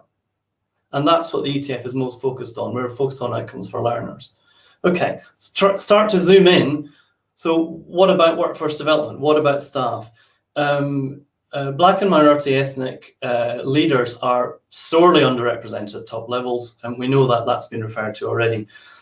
And the data are not brilliant. Anne was talking about this, data are not brilliant, but actually, by and large, that underrepresentation at the top goes all the way down. right? There is a problem in underrepresentation at the top and in the middle and at the bottom, okay? So there's no quick fix here. There's no obvious bottleneck that needs to be kind of uncorked. It's a bigger problem than that. It's a problem of recruitment, retention, development, and leadership. So focusing even more, so what does the ETF do? Well, truth is, we want to do a lot more on this, and we now have a Director of Diversity who reports direct to the CEO. This is good practice that we've been following recently, and a big part of his role is to look across everything we do to see how all the different interventions we have in the sector can prioritise inclusive practice and promoting equality and diversity, not exclusively on race equality, but with a very, very big focus on race equality. So it's not there's never going to be one silver bullet here. It's about lots of different things. But closing right in on senior leadership, because that was what the question was about. Yes, we have a program, leadership and diversity. Actually, there's two elements to it. One is a mentoring strand for Black staff to bring on Black talent and be supportive. But the other is actually work with governing bodies who are largely white, as has already been referred to, largely older, tend to be retired, still a bit male dominated, and so on and so on. Work with governing bodies to train them and to address issues of unconscious bias, structural inequality, structural racism, and because they are the decision makers. You know, you go right to the top. You have to start at the top, as a previous speaker has said. So there are actually two sides to that program. In terms of the senior leadership, broader senior leadership work we do with Oxford University at Saïd Business School, it's not topic specific. So whoever asked this question is absolutely right. If you looked at a synopsis of the curriculum there, you wouldn't see diversity and inclusion, nor would you see managing finance. But that's a massive issue. Nor would you see leading teaching and learning, but that's a massive issue. Nor would you see managing mergers or stakeholder management. It's not that type of thing. What it does is it talks about the most relevant things for senior leadership that are absolutely about the topics we've touched on at the heart. It's about trust, authenticity, reputation, adaptive leadership, scenario planning, self-knowledge, storytelling as a leader, change leadership, horizon scanning, strategic planning. It's about values, behaviors, dispositions, and how you devote your time and energy as a leader. So you're right, you wouldn't see that topic, but nor would you see other kind of core topics, because it's not that type of program. So, you know, I know we're short of time. I mean, the ETF is really committed to this, and we feel like we haven't done what we could have done. I mean, I've said that before, I'll say it again. The last 5 or 6 years, it's been a relatively weak strand of our work. That is all changing now. It's a personal commitment from me. It's a commitment from my board, which has also diversified itself recently. Again, take that start at the top principle. And also with Jeff Greenwich, who's our Director of Diversity, reporting direct to me. So we feel like there's great movement and action on this. And I have to just finish by giving credit back to the Black FE Leadership Group, because you know, they are the wind in our sails on this, but it's an opportunity we're not going to miss. So we're really excited about that. Thank you very much indeed, David. And you started in exactly the right place by broadening that narrative. And I suppose what was behind the question is, to what extent is that narrative central in any training for any CEO going into any college? And until that narrative is central and a specific focus within any training, then we're going to continue to see, as you've rightly said, no change. So thank you very much indeed. Thank you to all of our panelists. And I know that some have had to leave, but I think it's been a very, very fulsome, honest and thorough discussion about some of the key issues that we're facing within the sector. So thank you. It's been a pleasure asking you questions. God bless.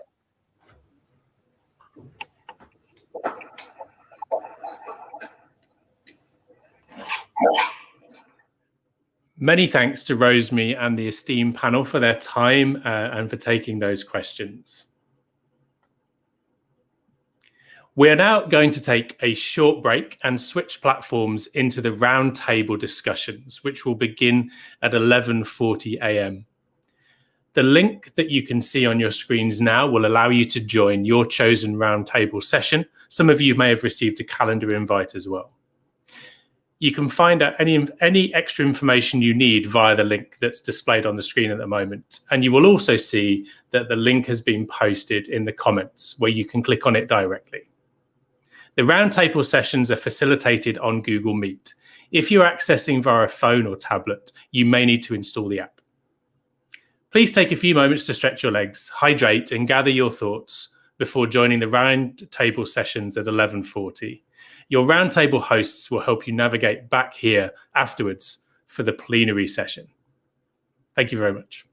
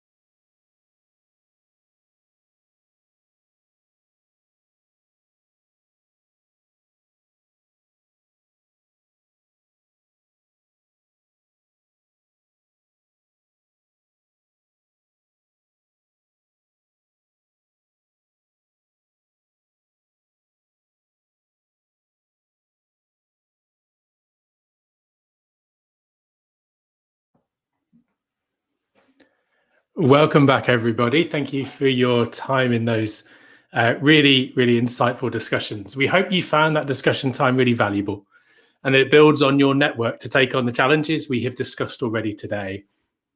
Thank you also for navigating back to this YouTube live stream. We really appreciate your comments and throughout the day. And please continue to discuss the important themes arising today and ask any questions you have. As you can see, we would like to welcome back Rosemary Campbell-Stevens and the roundtable discussion chairs to the stage as they give each of you a review of discussions that took place. Thank you very much indeed. And thank you to our roundtable discussion chairs and of course to all the participants who've been taking place in what is proving to be a very, very lively conference. I would just like to ask each of the chairs to introduce themselves to full conference before we go back into feeding back from plenary. So, Suki, can I start with you? Hi, I'm Suki Desi. I'm Vice Principal of HSDC and really glad to be here today. Looking forward to sharing the feedback with you. Thank you very much, Suki. And then can I go to Paul, please? Hi, I'm Paul Cook. I'm Principal of Hereward College. I've had 20 years in the FE sector, including 5 years as an inspector. Just had a really great breakout session, and I'm looking forward to sharing it with you all. Thank you so much, Paul. Dr. Hadawi? Hello there. Hi, my name is Ali Hadawi. I'm Principal at Central Bedfordshire College. Can I say that the session earlier needed to be longer? Okay, fabulous. And then can we hear from Anthony, please? Hi, good afternoon. Yeah, my session also was really good fun. My name's Anthony Bravo. I'm the Principal of Basingstoke College of Technology. Thank you so much, Anthony. And then can we hear from Satwan? Hello, Hi. Satwan. Hi, everyone. Satwan Diol, Principal and Chief Executive of the Henley College, and I'm delighted to be here today. It's really, this topic is the closest to my heart, as is technology. I'm a techie fan, so both of these come together. Fabulous, fabulous. And Daryl. Hi, Rosemary. I'm Daryl D'Souza, Group Principal and CEO at HCU in West London. Yeah, very pleased to be part of this roundtable discussion. It's been fabulous to hear the keynote and panel sessions. And as with others, I think we could have done with a little bit more time because it was real interest and real good inputs coming through. I'm getting a little echo. Is that just me or is it everyone? It might be just me. Slight echo, but it's not detracting, I don't think, from the presentation. So, Daryl, I'm going to stay with you. Would you like to give us some feedback about the key points that came out of your roundtable discussion? Sure. So our topic was to look at national and local targets. And we had a lot of, I am getting echo, so just wondering whether I should put my headphones on. I'll just do that. Just bear with me. Okay. Yeah, I'm getting a lot of echo, but I'll push on. Do you want us to come back to you, Daryl? Yeah, I think so, because I'm getting a feedback, an echo with and without the headphones. Yeah, it's distracting. Okay, you try and sort that out. We'll come back to you, okay? Thanks. Satwant, could I ask you to feedback from your roundtable, please? Yes, thank you. Our roundtable was around about developing systems leadership, and we had great. Can you hear me? I'm okay. Yes. Right. We had great discussion, and there were lots of good ideas coming through. And one of the key things came through was around about target setting fundamentally is what we said, what gets measured, get counted, and also get managed, as I said previously. But it's the behaviors it sets. So therefore, it needs to be, these targets need to be driven right across the sector, from the education all the way that Denise said this morning, but throughout the organization as well. So it's a key priority. We spoke about an example about Boris Johnson, that when vaccine came in, he put targets, and the targets got measured and the behaviors got changed. So that's the kind of energy and passion that we need from the sector now. And also it was about promoting and supporting diversity in the workplace in aspect of good college organizations. Everyone should be feeling and able to participate and achieve their potential growing our own, but also growing through the sector, and being an inclusive culture. Culture became quite a lot. Culture of making sure that we're not letting people fail. We're putting growth behind there. And a lot of it around about leadership and development, where the ETF will be so pivotal to this, developing both through the ETF and throughout all organizations. So therefore we said in driving forward the gender change, the pay gap, there was a target. So we needed equivalent kind of a target for the diversity.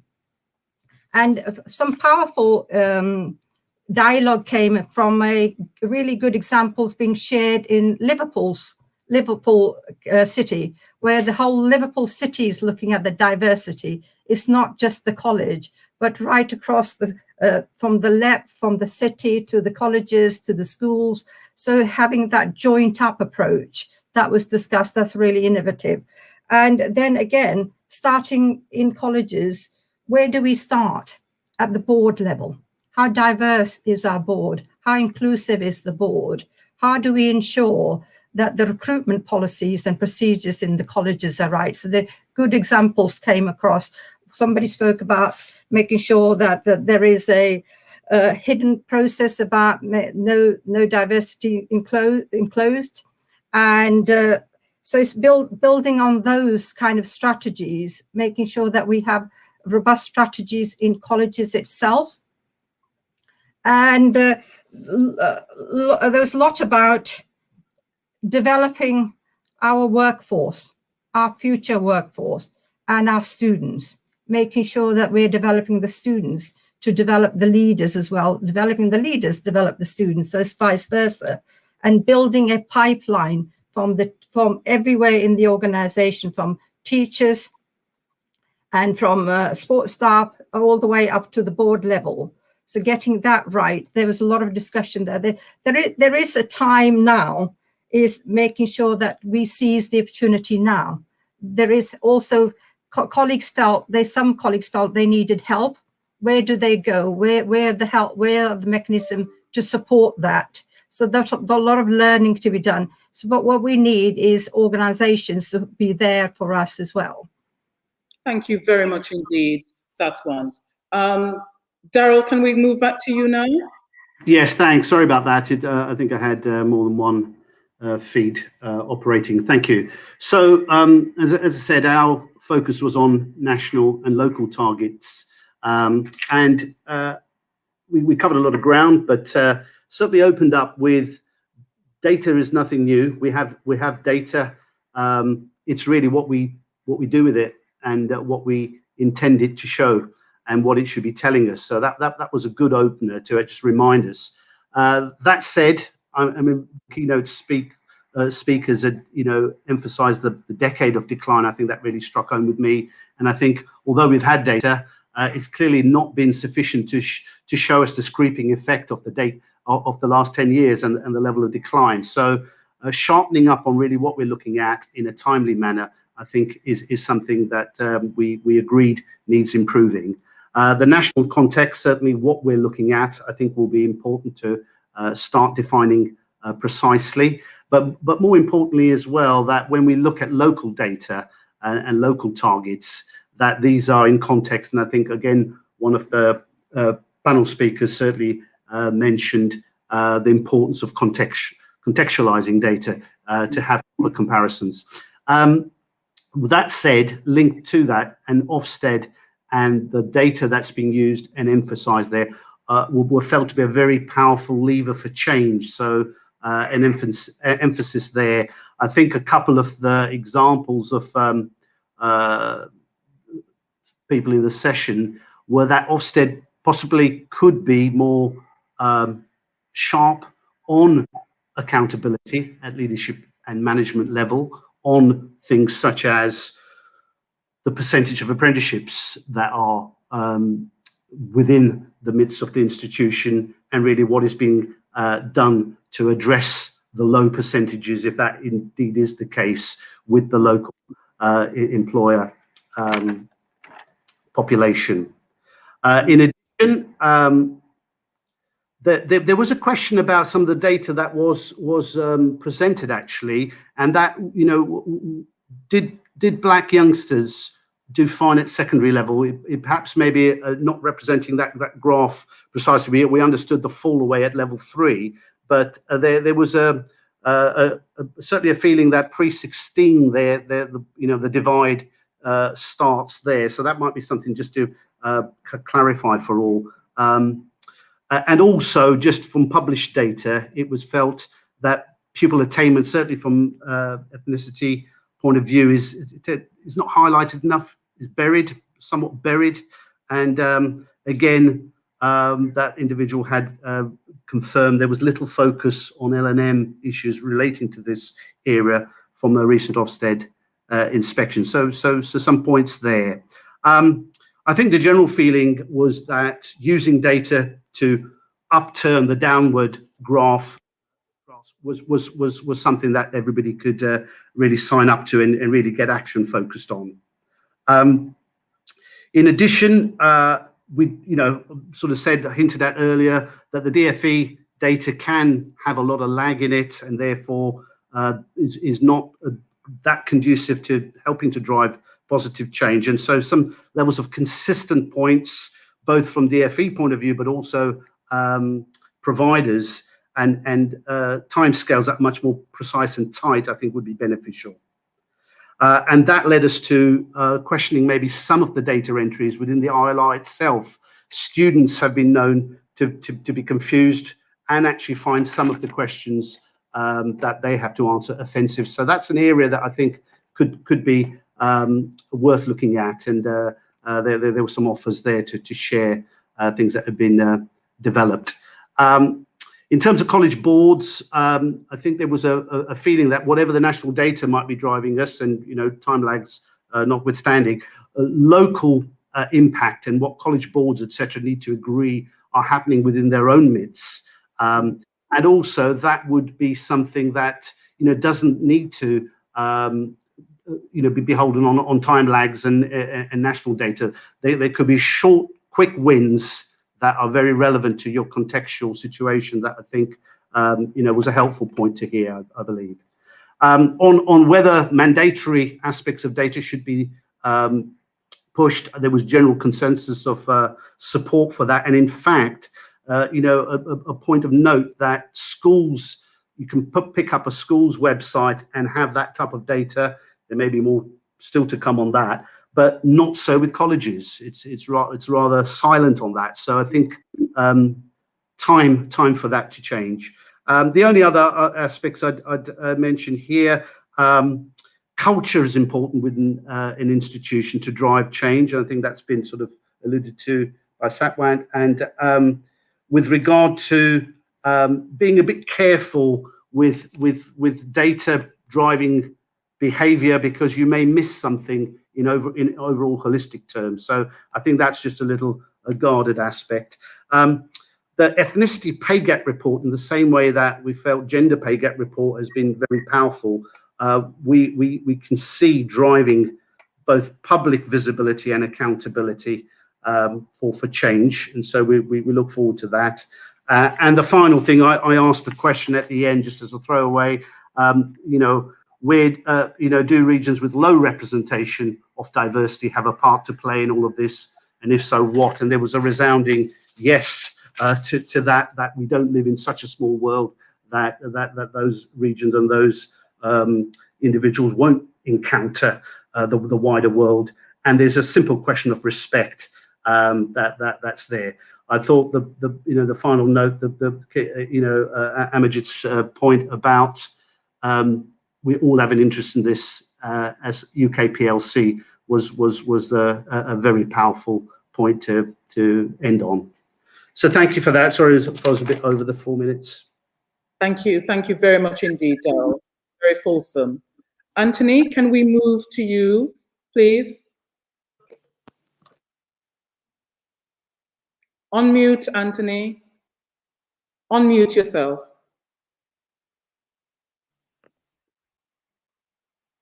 Go ahead now. Hopefully you can hear me now. I pressed, my reflexes were obviously too fast there.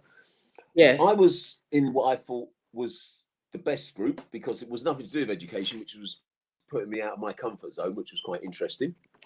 And the lady Anne Frank, who was on earlier, she stole a fraction of my thunder by going on about what all the benefits were, which were really, really tremendous. And they were clearly outlined what the benefits were for having a diverse workforce. And then we were going to talk about what some of the techniques available were, which was very useful. And then we was going to look at what some of the incentives could be.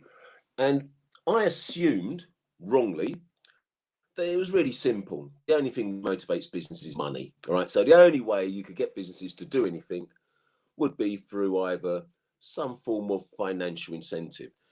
And interestingly, the world is slightly more moral than that. And some people realize that there could be other factors which could influence people. So at the end of it, we actually concurred the most important thing is for organizations to become aware of what the impact of increased diversity could be. And that was the McKinsey's data about the 25 top percent diverse organizations being 35, 36% more profitable. And that needs to actually get across to people and organizations. That's actually the most important thing. So once the people are aware of that, they hopefully can internally decide they want to do something. But external motivation, we realize, is very important. And initially, I thought it was just the money. But Marlena was one of the people on the call, was very good. And she said, no, it's not just about money. It's actually about whiteness. And that provoked a whole really interesting debate in the team. And whether it is just money or can the desire for money be actually outweighed by the desire to stay white is a really interesting question. And even as I'm saying now, it made me reflect on something my mother taught me many years ago about having to be better than the average white person if you wanted to get a job. So there is a resonance in there, which I hadn't realized at the time. So in terms of actually using money, though, as a motivation, what we realized was that even before you can do that, we need to have the data, which everybody else is saying. Okay, so there needs to be data because, as has been said by someone and many before, what gets measured gets changed and what gets changed gets managed. And that's how we actually get some sort of impact. But if we can do that and measure the data, then how can we incentivize people potentially to change what their data is? And very crudely and cynically, I suggested that we could use tax cuts. For example, if you've got a diversity plan in place, you can get some sort of tax cut. If your diversity plan shows that it's actually made an impact, you may get a different tax cut in the future. And that sounds really cynical. And some people said, oh, Anthony, that's so cynical. But then we did reflect and realize that if you get into the organization because of that, people may be resentful for you. But then we actually said, if you don't get into the organization at all, then you haven't got anything to do. So maybe it is better to actually have a bit of cynicism, get some people in and have an opportunity for things to happen. But that could be for tax, or it could be for access to government contracts.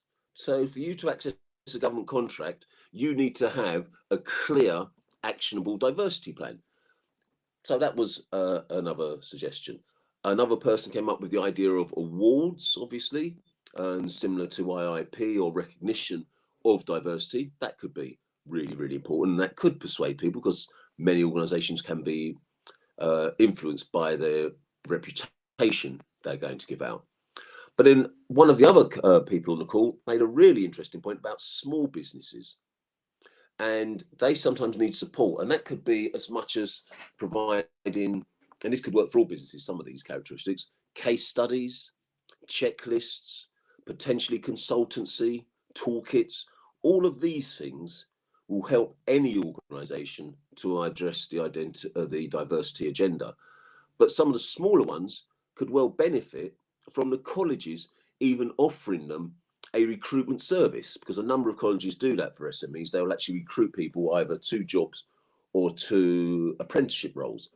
So those were the things we actually discussed. What the overall benefits were, which have been clearly outlined by a number of people.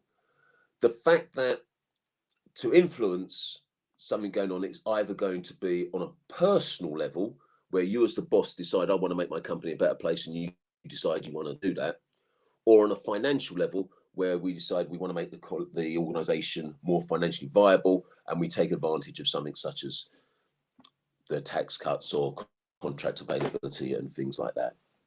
So I hope that that makes some sense, Rosemary, and I don't know if it was in line with the 4 minutes, but it was a very interesting discussion, and it was really good that people came out of their comfort zones and actually expressed that they were out of their comfort zones, but were willing to be really, really honest.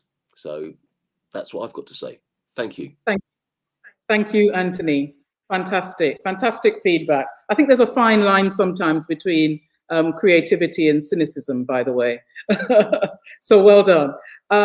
We have feedback now from 3 other groups, and I'm going to take it in the order of Paul, then Dr. Ali, and last but certainly not least, Suki. And I'm going to ask you, please, to try and keep to your three minutes now, if we may. Paul? Okay, yeah, so really interesting discussion in my group. We had good representation from Scotland, from England, and from Wales. A lot of energy, a lot of passion. And the idea of the opportunity being now that needs to be seized sort of came through in what a lot of people were saying. A lot of the organisations represented had some really good initiatives, and I'll share some of those with you. So a decolonizing the curriculum working group was set up in one group, college group, and that was taking on best practice where it could find it from across the country. Things that came through from that were the need for teacher development, and that was a theme that sort of ran through the working group. Also governance, and a desire for governors to do something about this agenda and to make a difference, but what is it that they can do to reform the curriculum in their organisations? And I think there is a job of work to be done there to empower our governing bodies. There was a great example from Scotland of 36 professionals meeting up from across the HE and FE sectors to look at fundamental curriculum reform in tackling racism and discrimination on campus. Some roadblocks being sort of identified there with regard to qualifications.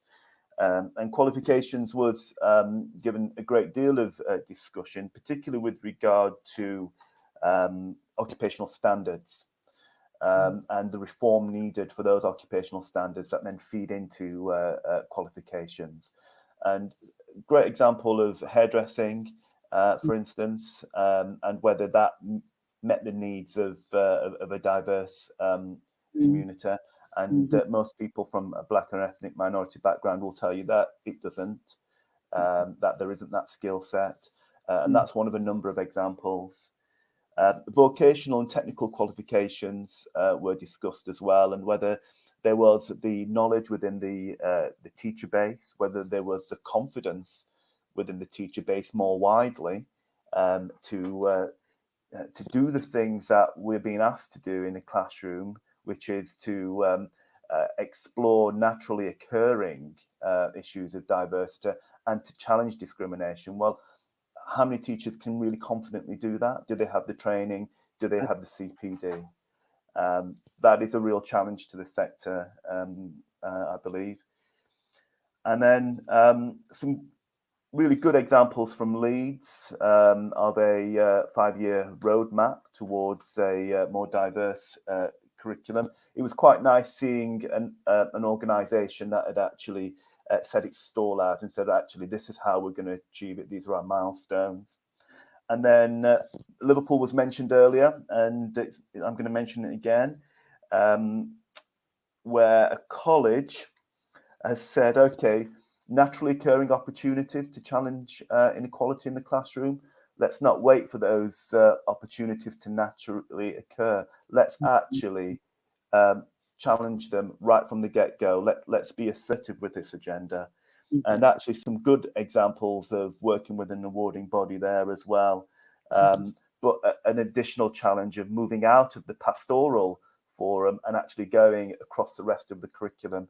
And that was something that was mentioned by other delegates as well, about this agenda not being narrowed to just the pastoral and social development curriculum. So great discussion, a lot of energy. I think quite a lot of assistance is needed for our colleagues across the country and across the nations to actually ensure that this passion and drive that we're seeing now doesn't peter out, that we do backfill with the things that are needed for people to keep moving and to keep the momentum going. Oh, thank you, Paul. Fabulous feedback. Fabulous feedback. Ali, can I move to you now, sir? Rosemary, thank you. Colleagues, we were powerfully reminded this morning by our brilliant keynote speakers about the past 20 years and how much little movement has been made. So on that, the group that was, had the pleasure and honor to facilitate looked at what is it that needs to change? Notwithstanding, of course, data is important, context is important. The points that have just been made so far today are incredibly important. But what is it that needs to change in further education, both internally and in terms of policy making and regulation, to enable change to actually happen this time? And not that if we fast forward to in 20 years, we could be looking back, having exactly the same discussion as we indeed did this morning, looking back over the past 20 years. And the group that I was part of looked at this and believed that there are two key points here. One around research, and that is where the sector itself, teachers, practitioners, managers, leaders, engage in research, both quantitative and qualitative, so that they could develop the tools and own these tools to be able to challenge, influence, and also to have the evidence base. So just to have the data externally, though it's critically important, absolutely, but unless it's owned and developed and engaged with by practitioners in the sector, we could easily be sat in 20 years from today. And I would say if there's one thing that this important conference could come out with, is to say these 2 points. One, about the importance for the sector to engage in research, practitioners, that is. And the other, and that is the second point, and that is for policymakers and regulators to recognize the importance of the sector engaging and leading this research. And that is by funding it, by making it possible, by regulating, by looking for it. So the points, if you look at the point that, for example, Anthony Bravo has just made, or earlier today, David Russell from the ETF, about teaching and learning and the evidence, where are we going to be making that difference? And that is by teachers actually engaging in research, making time available for them, funding it for them, recognizing colleges that prioritize research, so that we can start as a sector to own our evidence and have the tools that we need to be able to influence our own professional practice as leaders, as managers, as teachers, as assessors, as policymakers, indeed as regulators. And also, so this is way beyond measuring data and grading, though these are all important. And that is really the critical, if you like, aspect that should come out from this conference, is about the sector's engagement at all levels in all corners with its research, so that it can start developing and owning its own evidence base and develop the tools, indeed, to influence change and challenge, and the other for policymakers and regulators to enable this research to take place and to recognize it. And that is really fundamentally the feedback from the group that I was part of. I think that is fabulous feedback. That focus on the importance of research and of the sector owning the research is key to developing the sector's capacity to make a difference. Such an important point. If nothing else, there are so many important points that have come out of this conference.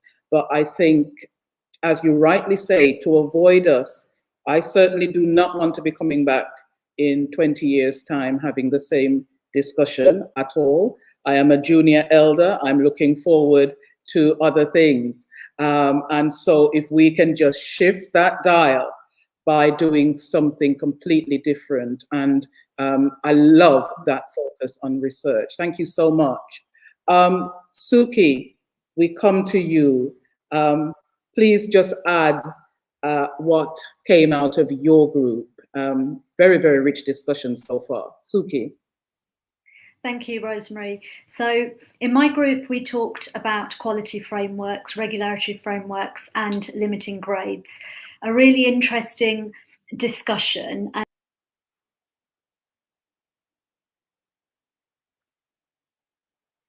Okay, I think we've lost Suki for a moment, but I am sure that we will find her.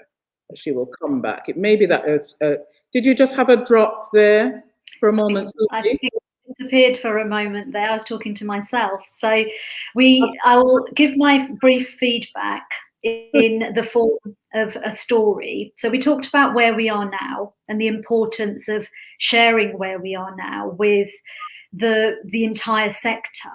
The statistics today have been incredibly powerful. We've all been moved by the statistics, but they must be shared more widely. In terms of where we are now, we talked about the imperative, the urgency. So Amajit talked about 1 in 3 young people will be from BAME backgrounds by 2051. So there is masses of urgency that we act. And then we talked about what action should we take? Should the action be limiting grades? Should colleges be penalised for not improving their data in relation to BAME communities, whether it be attendance, retention, achievement, progression, numbers of students in national competitions, numbers of students on scholarships? And we also talked about the importance of a positive solution rather than a negative solution. So rather than a limiting grade, we discussed the importance of refining the EIF and the language within the EIF in relation to leadership and management, to be very clear on the grade descriptors and what does outstanding look like, what does good look like, the links to governance.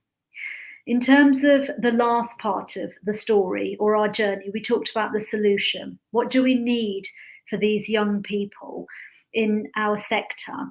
We talked about the importance of a standard, a racial justice standard. We have other standards in the sector, the Gatsby framework, the teacher's standard. We know these so well, we embed these so well.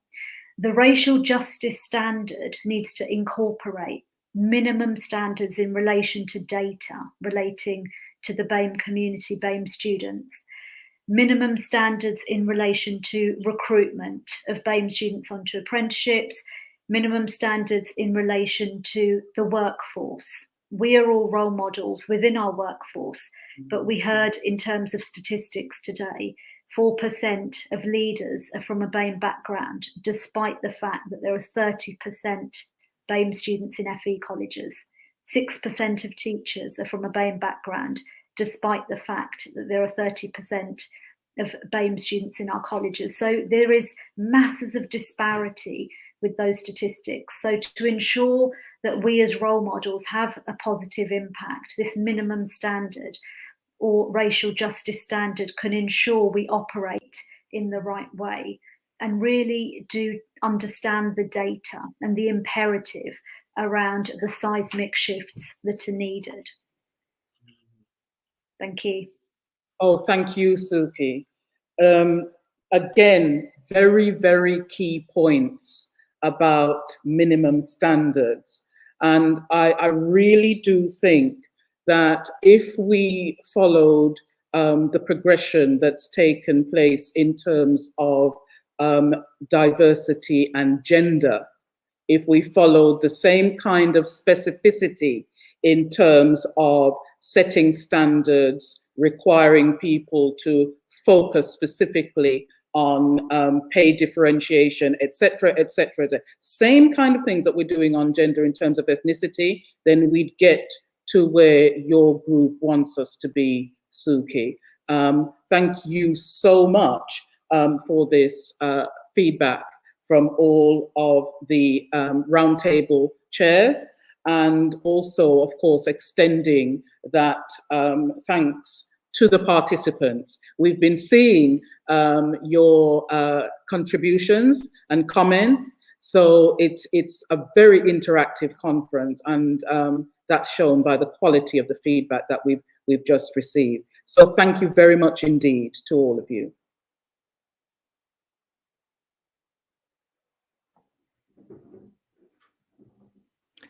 Thank you very much to Rosemary and the panel, and echo all of those thanks from Rosemary to the participants that took place in those discussions. Thank you for your time, engagement, and support so far today. We have some more powerful and engaging speakers after lunch, so we look forward to continuing after the break. Please enjoy your time over lunch, continue to contribute in the comments, and we will be back at 1:30 p.m.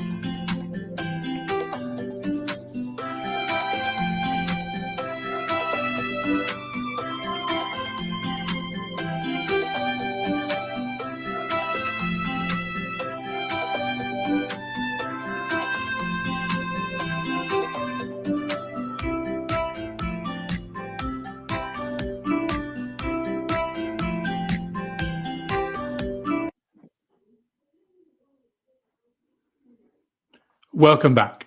We hope you are fueled back up for making the most of an ethnically diverse Britain and the role of further education in achieving that.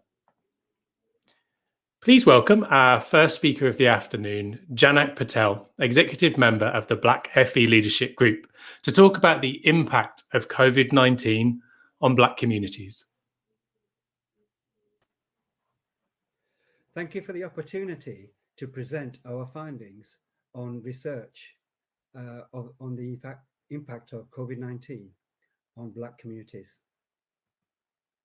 This presentation builds on the themes raised in this morning's presentation, which highlighted race disparities faced by Black people before the pandemic.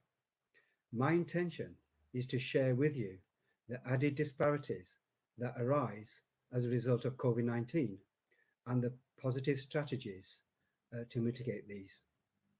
In this presentation, I will be highlighting the following issues: levels of multiple deprivation and disadvantage within Black communities before the pandemic, impact of COVID on Black communities and students now and in the future. I will then finish by looking at possible solutions. As with presentation this morning, I have collated and analysed the information from the Black lens by people who understand the issues and using readily available published reports. In addition to the context provided in this morning's presentation, let's look at indices of deprivation and disadvantage pre-COVID. This chart highlights a much greater impact of multiple deprivation and disadvantage on Black communities. You will see that people from Islamic communities such as Pakistani, Bangladeshi, and people from the Arabic nations have some of the highest levels. For example, Pakistani community is almost 3 times higher than the lowest levels of deprivation and disadvantage. People from Black African and Caribbean and mixed communities have the second highest levels of deprivation and disadvantage. In this section, I'm going to present our findings on the impact of COVID on Black communities and then students. In terms of mortality, you will see in yellow that people from Black African and Caribbean communities are 4 times more likely to pass away from COVID, whilst Bangladeshi and Pakistani communities are 3.5 times more likely. A common narrative suggests that Black people have a higher death rate because they are more likely to live in disadvantaged areas rather than due to their ethnicity. However, research shows that even when data is adjusted for various demographics you'll see on your screen, Black communities have still death rates that are much higher. For example, you will see in green death rates of people from Black African and Caribbean communities are double. In an analysis of people who work in the health sector, it was found that death rates among Black communities is significantly higher. For example, 66% of all health workers from the Black community passed away. 90% of all doctors, 20% of all health workers were from Filipino community. Black staff have reported that they were overexposed, forced, or encouraged to work on COVID wards and cases. Proportion of death rates amongst younger Black people are also much higher. You will note in light blue, Pakistani, Bangladeshi, Black African, and mixed ethnicity are significantly higher. This is similar to 20 to 39-year-olds with the addition of white people. The education sector needs to bear that in mind when they're educating their students. People from Black communities are more likely to work outside of their home. You will see in light blue that workers from Black African communities are at 41%, with many other communities being over 30%. Therefore, Black people are more likely to be exposed to COVID. Black communities are much more likely to work as key workers and in public facing industries, thus exposed to COVID at a greater rate. For example, overall, Black communities represent approximately 14% of the population of England and Wales, yet 30% have classified themselves as key workers. This chart shows that much greater proportion of all Black communities have had their income reduced. Some details from the research highlighted that over half of white people reported that they had not been affected financially during the pandemic, but only a third of Black communities said the same. Black communities were more likely to report that they had to resort to using their savings or start borrowing money or skip meals as a result of financial difficulties.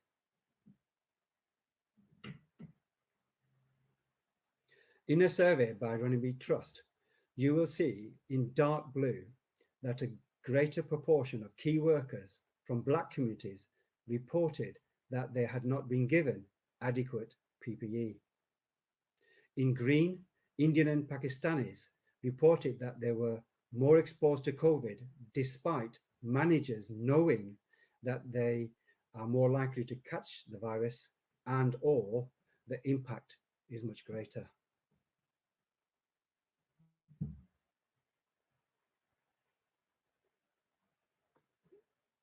The racially motivated attacks on Black people have increased when Brexit, immigration, or terrorism were in the media. In this survey, respondents were asked whether they had been victims of various forms of racism during the pandemic. You will notice that Black communities reported that they had experienced all three forms of racism at a very high proportion. We now come to the section which examines the impact of COVID on young people. The YMCA published a report based on a survey on young Black students and employees. A summary of these findings are 49% feel that racism is the biggest barrier to attaining success. 50% said the biggest barrier is teacher perception of them, for example, being too aggressive. 76% of young people from Black communities reported hearing and witnessing racist language. 70% felt the need to change their hair in order to look more professional. 50% feel a lack of diversity was a barrier in gaining employment, while 52% feel the same about a lack of diversity in leadership.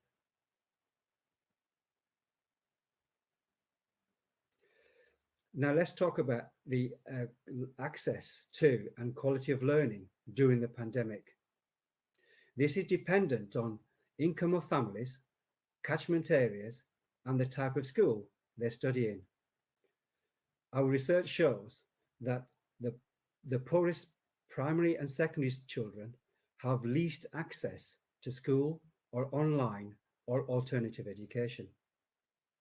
Students from more prosperous backgrounds have significantly more access to additional learning, such as private or other education.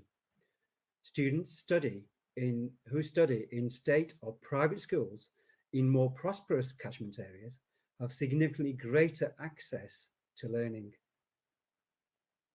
Black students are disproportionately affected. Extended school and college closures are exacerbating educational inequalities. All post-16 providers, including HE, we were dealing with these issues now, possibly long term. We all remember the overall impact of the publication exam results last August. We also remember that the students from poorer and Black communities were negatively affected by the use of first the algorithm and then predicted grades. In the spring of 2020, a survey was conducted by the Equality Act Review, and the report was called Predicted Grades, Predicted Futures. The following conclusions were made. 80% of students were concerned that about their grade predictions. 31% were concerned that their grades would be under-predicted. 23% of Black participants raised concerns relating to bias. At present, grade predictions systems does not take into account learning style, bias, and individual circumstances that may limit the student potential. Predicted grades will affect their futures. We need to address these issues today so that we don't make the same mistakes again in 2021. This chart shows the employment vulnerability as a result of COVID and future changes in technology, such as automation. The graph shows that Indian communities are least vulnerable to the vulnerability of in terms of employment as a result of the impact of COVID or automation. Pakistani and Bangladeshi communities are the most vulnerable in terms of both COVID and automation. We need to ask the following questions. Are we pushing or encouraging Black students into certain courses or industries which will affect their long-term futures? Which other industries will affect which communities post-pandemic and then the longer term as technology changes? Does the education sector need to look at its curriculum offer? What about careers advice and guidance? I want to thank the AOC for supporting us in providing the latest data which we have analysed. In terms of adults, the number of enrolments have fallen significantly and the gaps in pass rates are still there. In terms of 16 to 19, there is a modest overall increase, but a reduction in Black students' enrolments, which is against all trends. As with adults, the gaps in pass rates for 16 to 19 are also still there. The disparity in apprenticeships continue in terms of overall reduction in numbers, and even more significantly, participation of Black people in apprenticeships. I started this presentation with the indices of multiple deprivation and disadvantage. There is a school of thought that says that gaps in pass rates of Black students are more to do with disadvantage than their ethnicity. So we decided to look at this and found that in 2019-20, there is significant gaps in pass rates for adults, Black students, in most and least deprived areas. For 16 to 19, gaps in pass rates are small in most disadvantaged areas, but actually larger in the least disadvantaged areas. In other words, gaps in pass rates are not just due to disadvantage alone, but ethnicity itself. This is significant and needs to be looked at further. So what does a post-pandemic level playing field look like? It's about the Matthew effect, which basically talks about the rich getting richer and poor getting poorer. And in this particular case, there is a real danger of race disparities being exacerbated In summary, the impact of COVID is significant. The educational impact of college and school closures are disproportionate. All phases of education and training are affected. Disparities in learning opportunities is enhanced. Greater variability in use and effectiveness of learning strategies and tools. There are inconsistencies in support for teachers, and I'm sure that there will be increased dropouts in the future, and there will be a much greater ripple effect beyond education and training, and then there into employment. So we need to look at the following. We think there is a need to look at a new definition of safeguarding, plan for an inclusive reopening, focus on equity and inclusion, address learning losses and prevent dropout, listen to the voices of all concerned, coordination of all key actors in terms of health, welfare, childcare and employers, increase, protect and target funding, enable flexibility of learning, accreditation and articulation, support and develop teachers' readiness, remove barriers to connectivity, and most of all, strengthen all aspects of data and monitoring. At this point, I want to say that to say thank you for listening, and finish by saying that we really do need to eradicate racism throughout our society. If not us, who? If not when? If not now, when? Thank you. Thank you, Janak. We are now delighted to hear from Robin Gerberin, Managing Director of Further Education and Skills at JISC, to share insights on the impact of digital and data poverty. Good afternoon. I'm Robin Gerberin, Managing Director for FE and Skills at JISC. And today we're going to be exploring the impact of digital and data poverty on Black learners and share with you our initial report at the end of this presentation. In the summer of 2020, JISC undertook a study and useful insights into the learning from the mass disruption and transition to online and remote learning and working. We published a report in September 2020 with a number of recommendations for government, for agencies such as ourselves, for colleges, and indeed captured a number of key themes. Now, one of those key themes that kept on recurring was digital and data poverty, and as a pressing concern for the sector.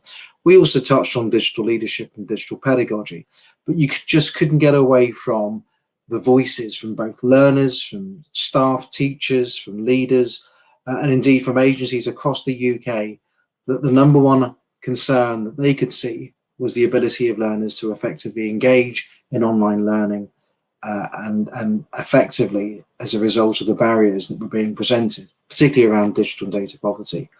So we have decided in the autumn of last year to continue our study into the impact of online learning on a number of communities, and in particular looking at the impact on Black communities and whether the pandemic has widened the digital and social divide within those communities disproportionately. So our approach initially was to undertake some desk research using existing literature and data.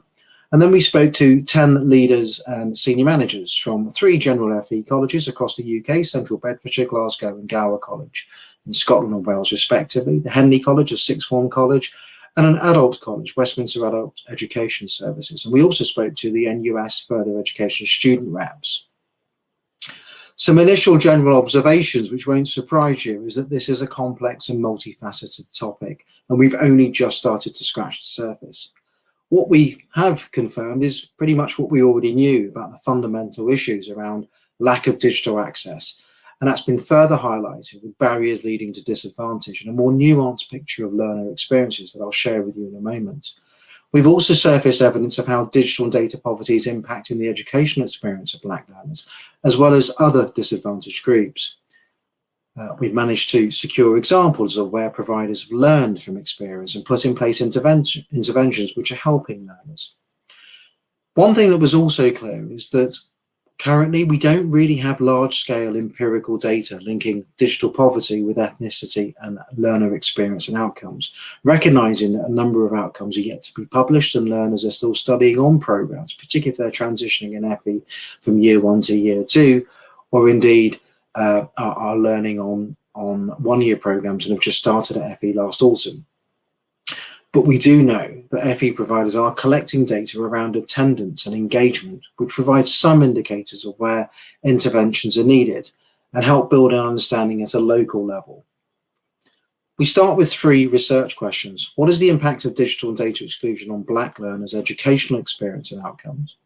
Are Black learners more likely to be disproportionately affected by digital and data poverty? And what steps can we take to address digital and data poverty? So starting with question 1, the impacts of digital and data exclusion on Black learners and their educational experience and outcomes. What I'd like to start with first is to reference our Digital Experience Insight survey that we conduct every year. Last year, approximately 20,000 learners responded to the survey from FE. And this is the first cut of the survey that will be published later this year. And thus far, we've had about 5,000 learners that have responded since October to December of last year. Now, we know there are approximately 400,000 FE and skills earners from BAME backgrounds, which is about almost a quarter of all learners across the sector. When we look at learners generally, what we're seeing is that those that are from the more deprived backgrounds only have access to a smartphone in terms of accessing learning. That's the only device they're likely to have. Many are also having to share devices and data, particularly in large households, and that can limit appropriate access to learning. And we also know 1 in 5 adults who are offline said cost was a barrier for them in terms of connectivity. Also, 11% of the UK population do not have internet access, and that may surprise you. And this includes many learners who are off-grid and have no means of accessing online learning from home. And also not to forget that vulnerable learners also see college as a sanctuary, and it's often the only conducive place to learn for many learner groups. When we drill down into BAME learners, and you can see the table here, the data is quite stark. And even within the BAME category, particularly for Black, African and African Caribbean learners. So what we're seeing here is that BAME learners are more likely than white learners to lack access to suitable devices. Almost a quarter, and even for Black and African Caribbean, 29% don't have a suitable computer or device. Poor Wi-Fi connection is also high, particularly amongst Black, African and Caribbean at 43%. A key barrier, mobile data costs. So here we can see that for many learners, in particular those from Black, African, Caribbean backgrounds, the mobile data cost is a clear barrier. We're also seeing ESOL learners, particularly asylum seekers and refugees, often have no access to any device. And noticeably, more Black, African and Caribbean than white learners report problems with a safe and a private area to study. So it's not just about the digital data and technology, it is about a suitable environment from which to learn.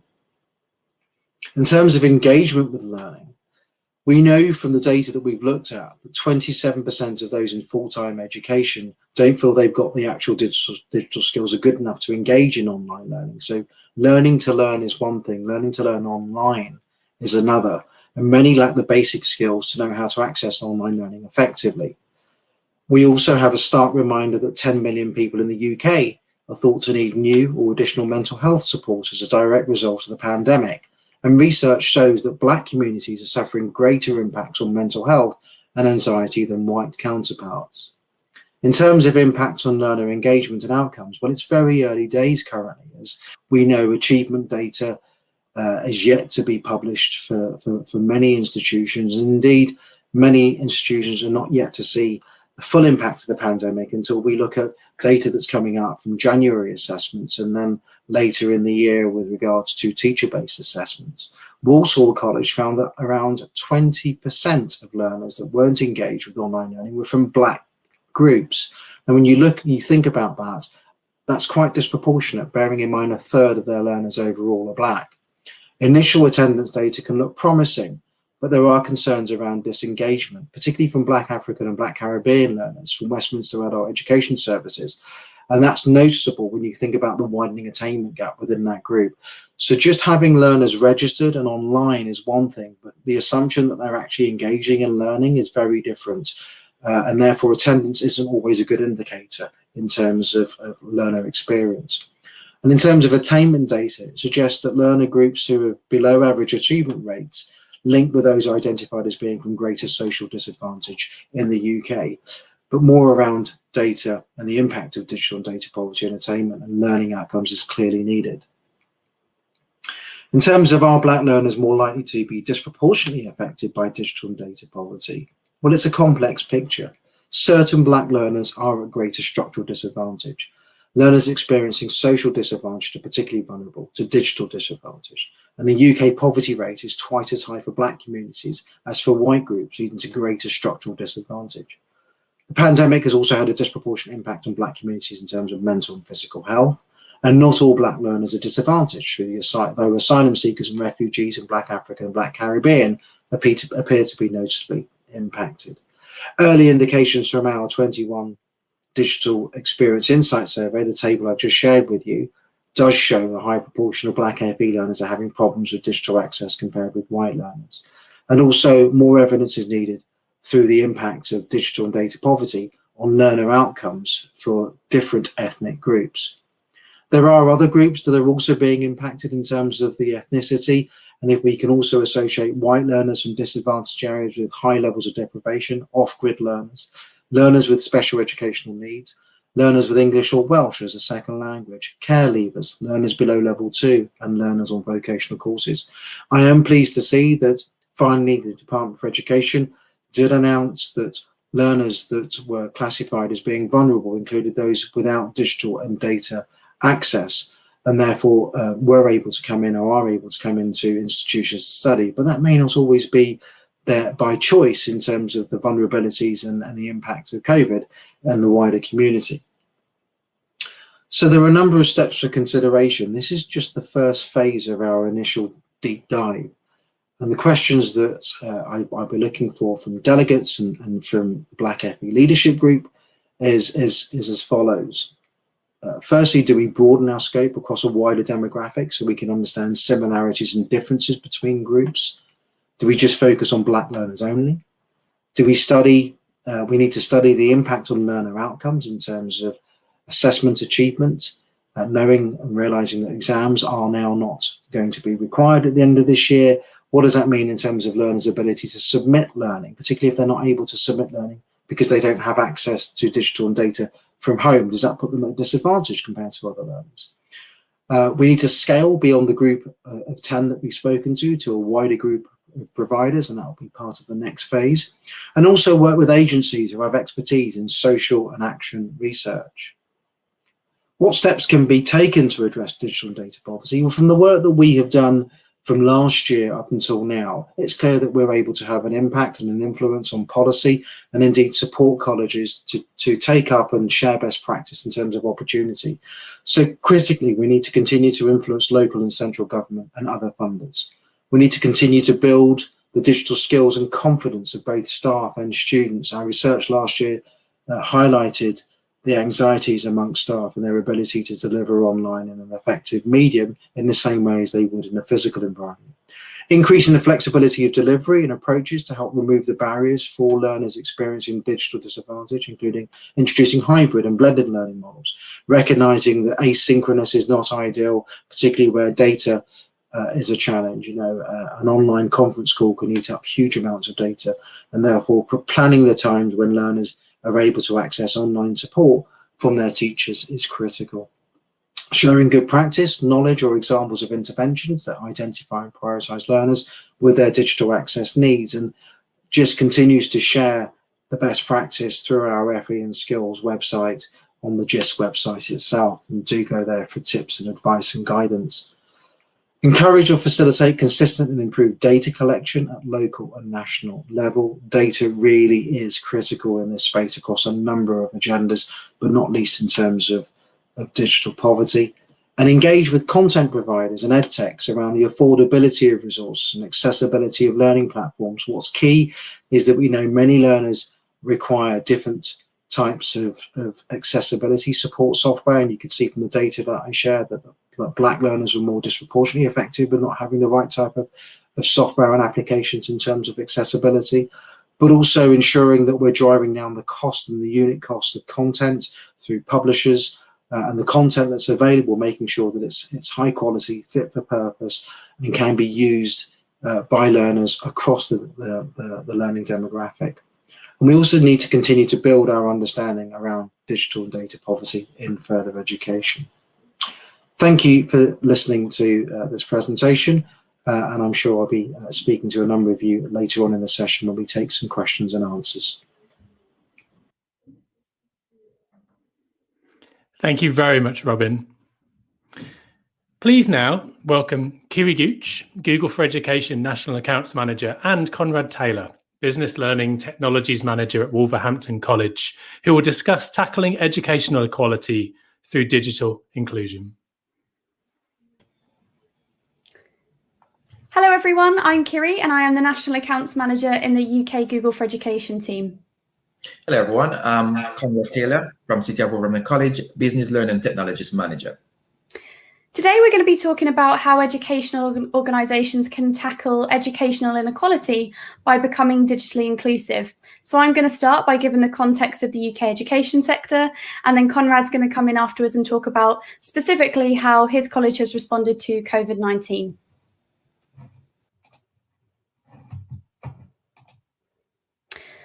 So let's get started by taking a look at the UK education sector before COVID. So let's take a look at what we know about the education sector. We know that in education we have this ecosystem that comprises of what we consider our key stakeholders. And what's most important here is how we ensure that these groups of people are able to achieve what they're in the ecosystem to be there for. And it's a balancing act that most of you here are probably responsible for. For example, how do I boost my teachers' capabilities, but at the same time ensure that our students are getting the best learning experience possible? What we do know is if we put technology in the heart of this ecosystem, it allows us to join the dots. And whilst technology alone will not improve education, it can definitely be a helpful part of the solution.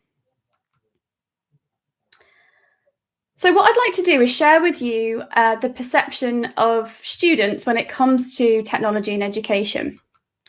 So the first thing we know is that 72% of students feel that IT enables them to learn at their own pace, and I think we've probably learnt that now more than ever. 32% of students want digital technologies to be used more on their course. And 8 in 10 students use a smartphone to support their learning, and I want you to just keep that one in your mind as we go throughout the rest of the presentation.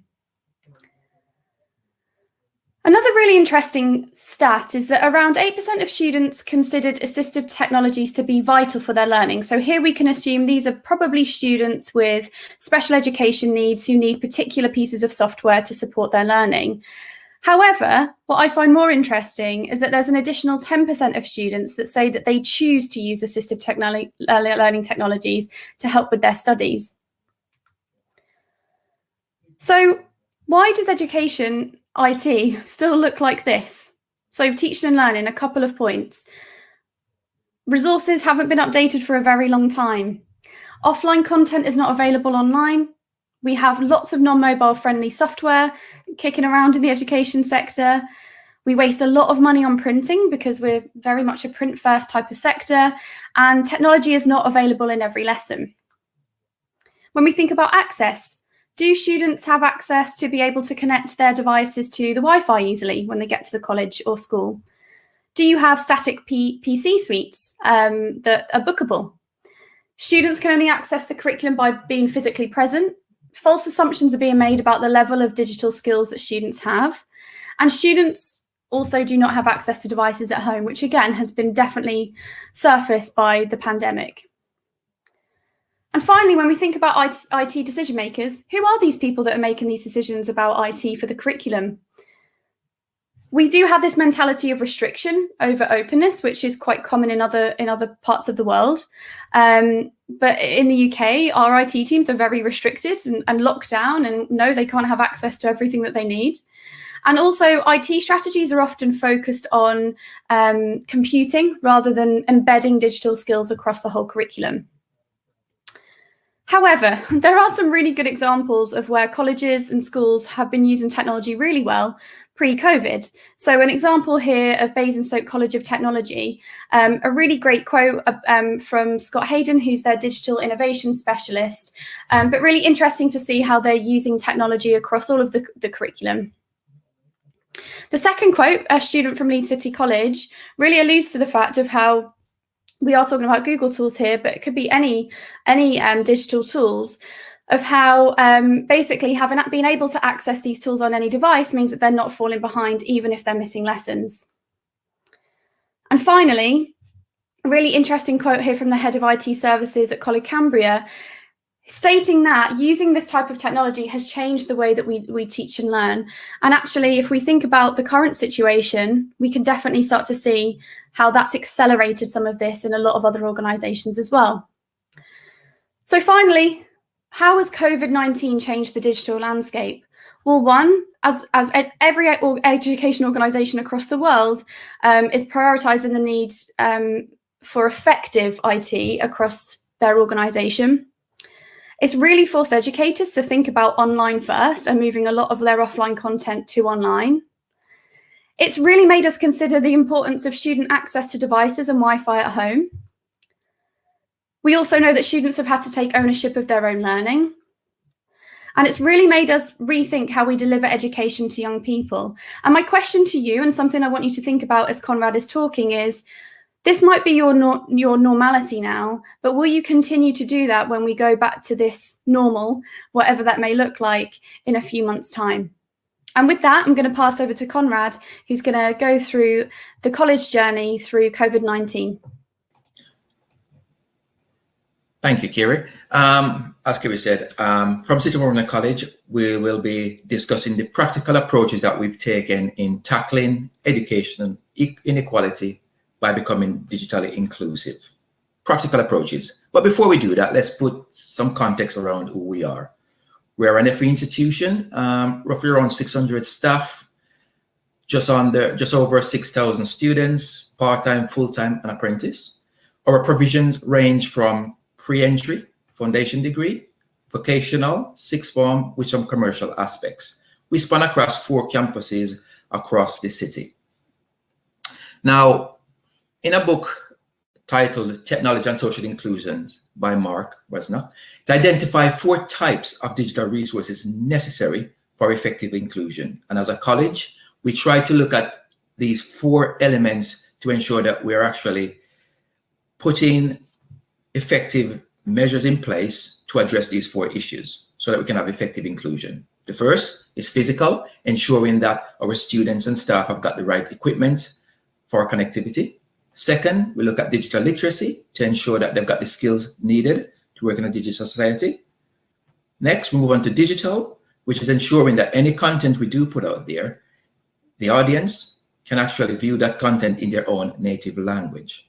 Finally, the 4th one, which is social, and this is looking at the institutional and society structure, supporting access and use. It means it's the wider audience. It's not just one organization, it's the wider audience that we need to work with in order to ensure that we can bridge that digital divide gap.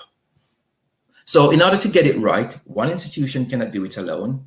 We've got to work together to actually bridge that gap. And that's something that we've done in the City of Wolverhampton College. But before we move on, let's look at Wolverhampton as a city itself. Now, Wolverhampton is very diverse, with over 200 languages spoken in the community and schools.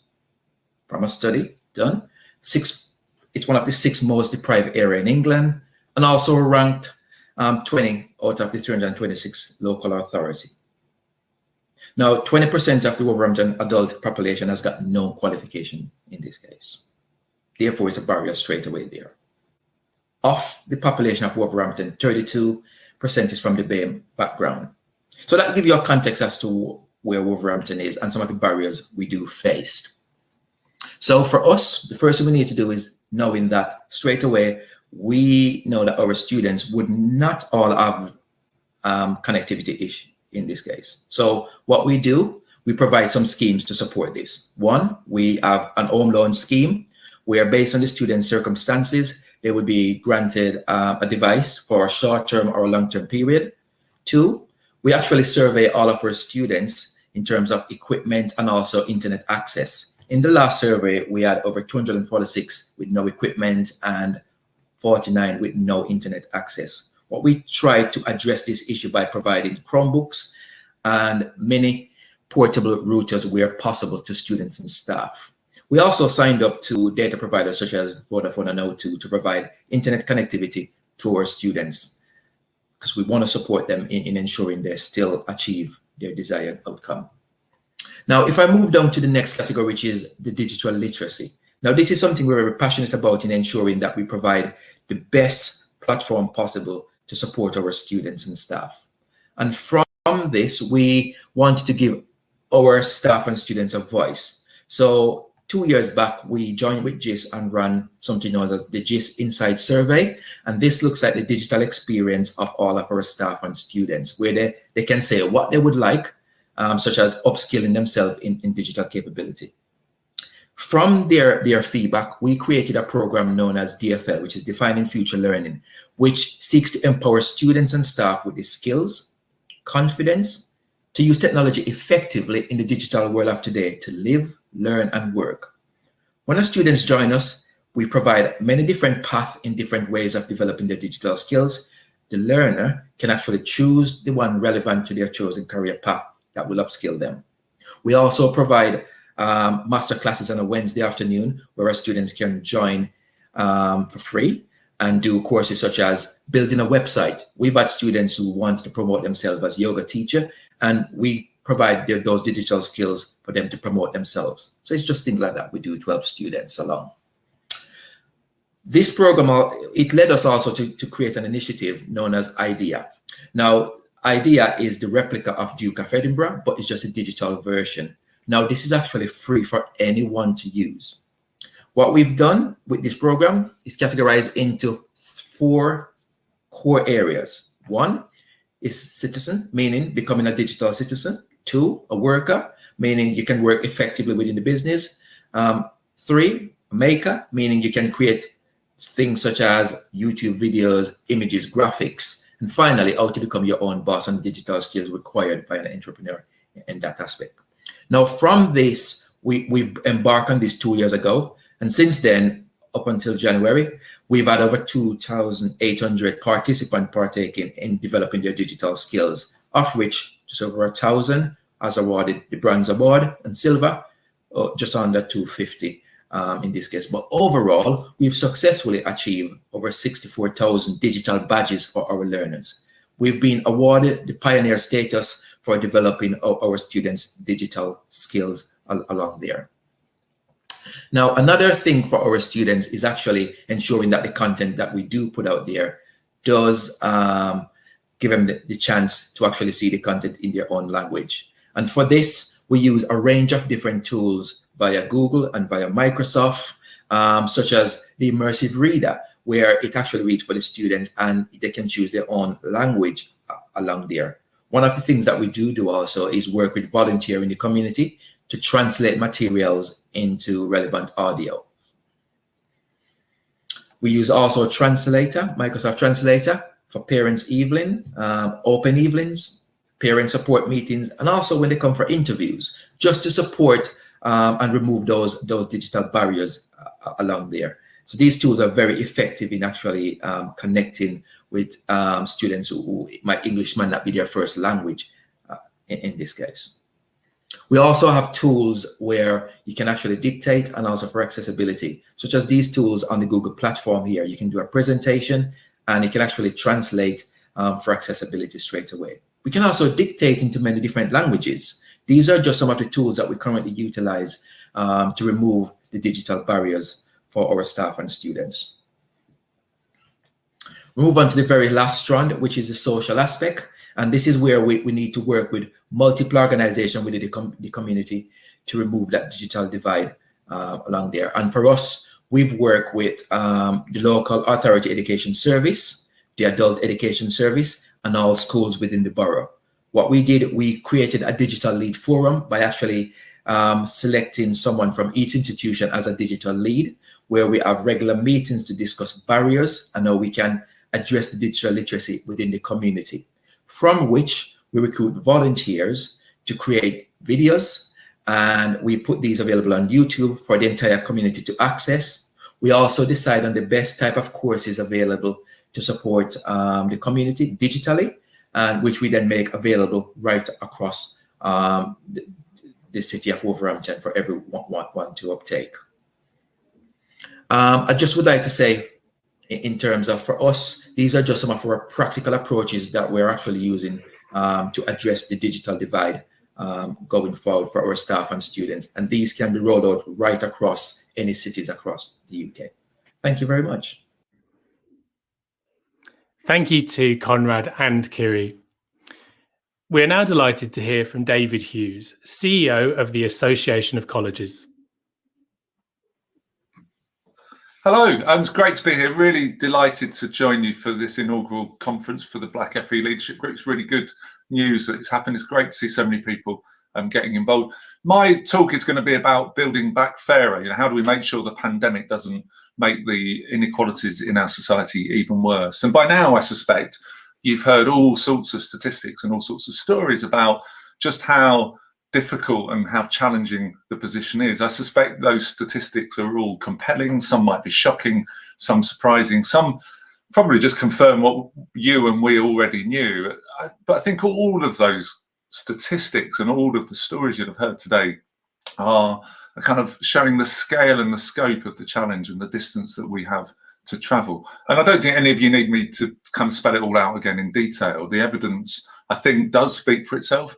It's not been speaking loudly enough in the last decade, but it's showing absolutely, without any doubt, that race and colour really matter in our society. And when you combine that with the inequalities that we know exist in our society, we can see in all sorts of parts of our lives, in work, in education, more widely, very unequal and very unfair outcomes. And all of that was before the pandemic, of course. So it's vital that we think about these issues and act now to use the change and the kind of turmoil from the pandemic to build back fairer, rather than just build back the same way it was before, because that would just reinforce all of the inequalities. And the impacts of COVID on Black communities is clearly worse than on other communities. So the statistics I've been looking at are suggesting that people from ethnic minorities are almost 3 times as likely to contract COVID in the first place, but 5 times more likely to experience serious outcomes. Meanwhile, the employment rate for people from BME backgrounds dropped about 5.3% in the year to September 2020, only 0.2% for white workers. The Office of National Statistics reported that 27% of people from Black backgrounds reported difficulties in making financial ends meet, compared with only 10% amongst white groups. So the impact, we know, is very unequal, and lots of people are looking at why that is. The Runnymede Trust has been showing through its director, Dr. Zubaydah Haq, that there's a kind of an intersectionality here between being Black and poverty, and suggests that people from BAME backgrounds are going to be disproportionately hit by COVID, in part because of that poverty issue. And we need to kind of take that into account. But it's really clear that race and colour really matter in our society. And COVID is a big issue for Black people. But it's also a really big issue for young people. So we know that young people are overrepresented in sectors worst affected by the lockdowns and by unemployment. So retail, hospitality, leisure, construction. And we know that youth unemployment is likely to rise faster than other unemployment, leaving lots more young people at a loose end. The Institute of Employment Studies report from last week, called An Unequal Crisis, showed the impact of the pandemic on the youth labour market. And the figures that came out just today are saying that 60% of the rise in unemployment over the last year has been amongst young people. That's a really shocking statistic. Young people make up about 1/9 of the overall workforce, but they're making up 60% of the rise in unemployment. And there's a particular hard impact shown in that Institute of Employment Studies report on Black and Asian young people. So we know that already COVID is having an unequal and unfair impact on Black people and on young people. But we also know that wider issues of inclusion matter too. So a report again out today from Fed by Design showed that Black and ethnic minority communities are being hit much more by high living costs, and there's a poverty premium that impacts around being from a Black or ethnic minority background. So the risk of people on low incomes being charged more for banking and credit, for instance, increases for those with protected characteristics, whether it be race, age, disability, health, migration history, sex, or religion. So intersectionality matters too. So inclusion as well as race is really, really important. I want today to talk a bit about the further education sector in particular and answer three really quite simple to ask questions, but quite difficult to answer. So how is further education doing on racism and fairness? What needs to be done to help build back fairer? And what are we doing at AOC to help achieve that? So 3 questions in about 10 minutes. I'll do my best. So how is FE doing on racism and fairness? Now, in some ways, the answer to this is we don't really know. And yeah, that's right, we don't really know. We should know.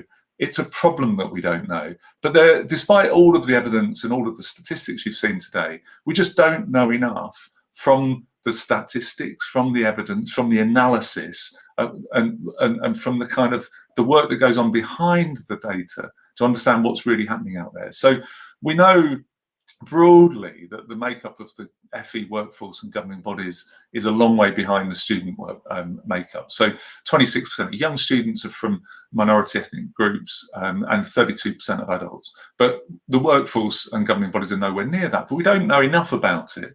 And we don't know enough about the statistics for every college and every organisation working in the sector. We need to know more.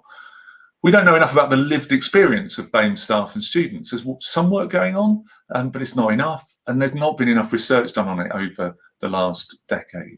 We know that achievement and outcomes for some BAME students is worse than others, but we don't really know enough about the why and what's behind that. So, for instance, we don't have DFE or Ofqual looking at whether that bias is around choice of qualification, whether it's about unfairness in the system, whether it's about lack of resources. We don't know, for instance, why do some BAME students, why are BAME students overrepresented in BTECs? You know, is that a good thing or is it not a good thing?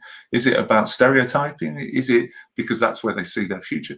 We don't know why some apprenticeships are underrepresented in terms of people from Black and Asian minority ethnic backgrounds, and some are overrepresented. And we don't know whether the outcomes of apprenticeships are good enough or not. So in terms of recruitment, promotion, leadership, progression, and so on. So there's a lot that we don't know enough about, and we should know those things. And I think it's a really big indicator that the sector and the government are not getting this right, that we haven't been examining the data, we haven't been analysing it, we haven't been getting behind it, we haven't put enough energy into it. Those issues, I think, haven't been a priority in the last decade, and they've been overlooked, and people have been willing to accept the data without actually interrogating it properly. We need to make that change.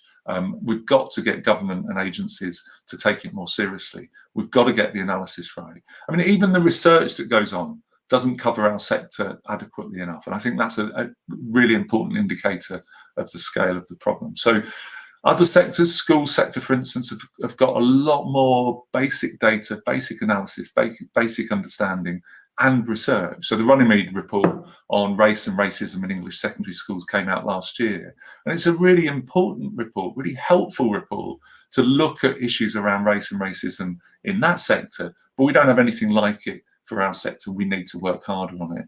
Now, just thinking about the responses of colleges over the last 12 months now, isn't it, almost, to COVID?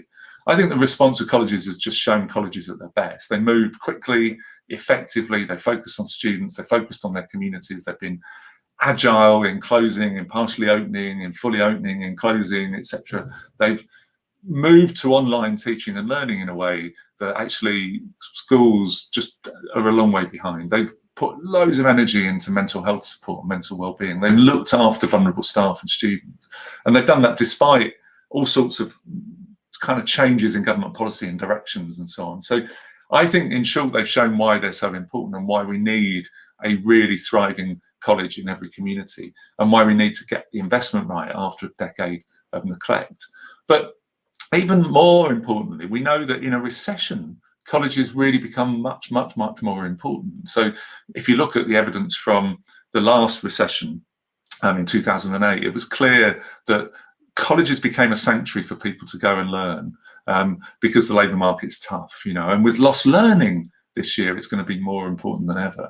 But we know that impact of a tough labour market will be unequal, it'll be unfair, it will be more on disadvantaged students, and it will be more on BAME students than others. So what we know is that colleges are going to be vital to addressing race and inequality in this recession more than ever before. So it matters how colleges respond to this agenda.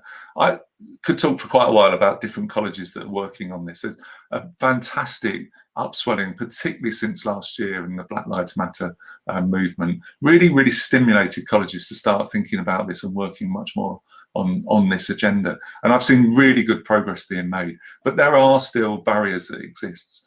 So just a quick run through some of the things we're in discussion with the department and government on to make sure that colleges are well placed to support young people and adults who need training to be successful in this labour market, who need to get jobs that really pay properly, to be able to progress in work and get really meaningful work.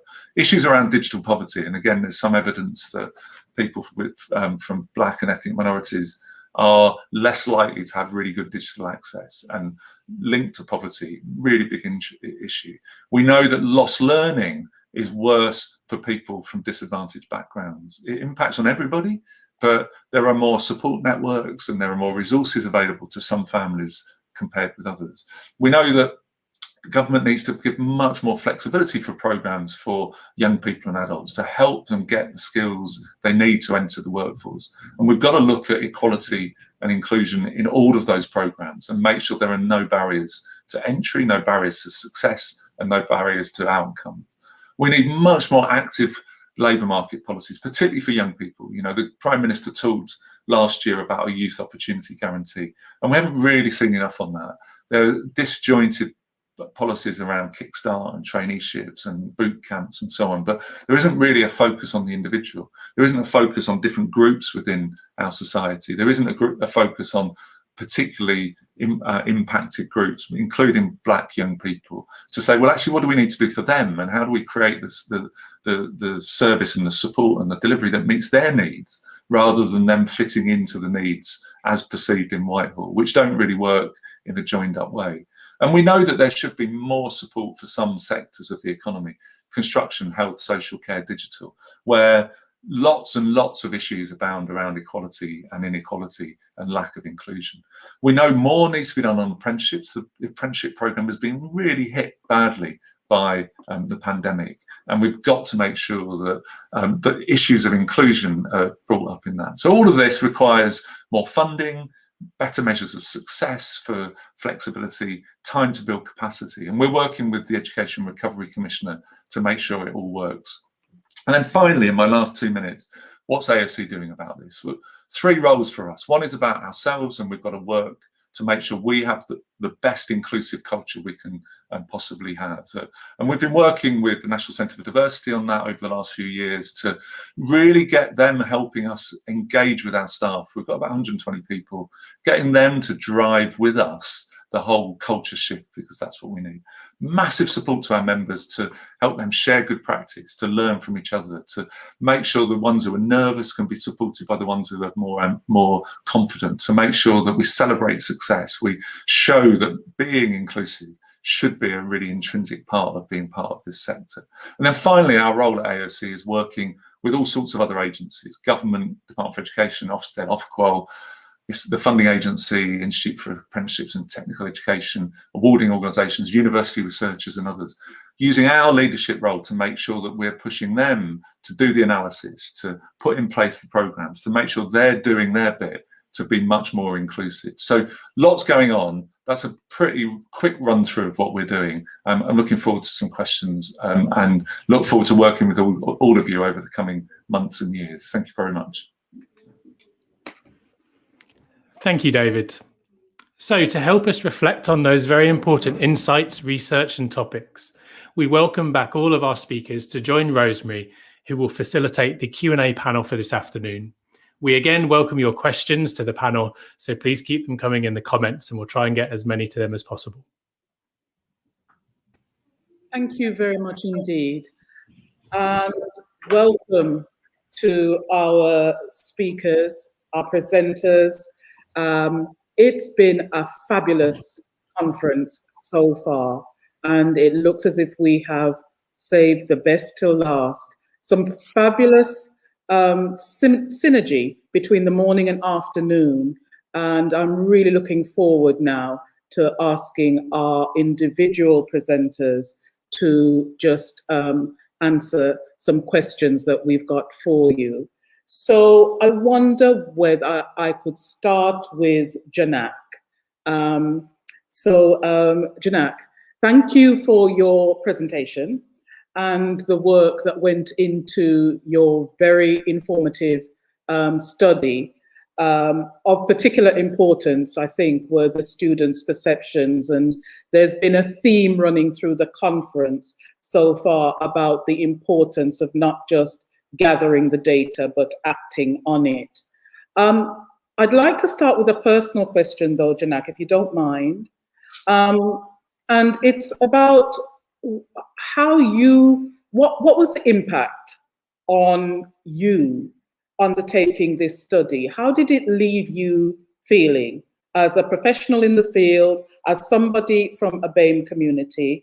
What was the personal impact on you doing this work? Thank you, Rosemary, for that question. First of all, I want to start by actually talking about when we launched the open letter, because at that time in August, there was a lot of talk about forthcoming publication of exam results. And when they were published, I was actually personally inundated by parents from Black communities and their children who had issues of their own. And I was told a number of stories about unfair treatment, marking, and predicted grades being an issue. We now know that the unfairness of that system has clearly impacted on poorer and Black communities in a very negative way. The thing is, Rosemary, students predicted these things in the surveys I mentioned earlier in my presentation.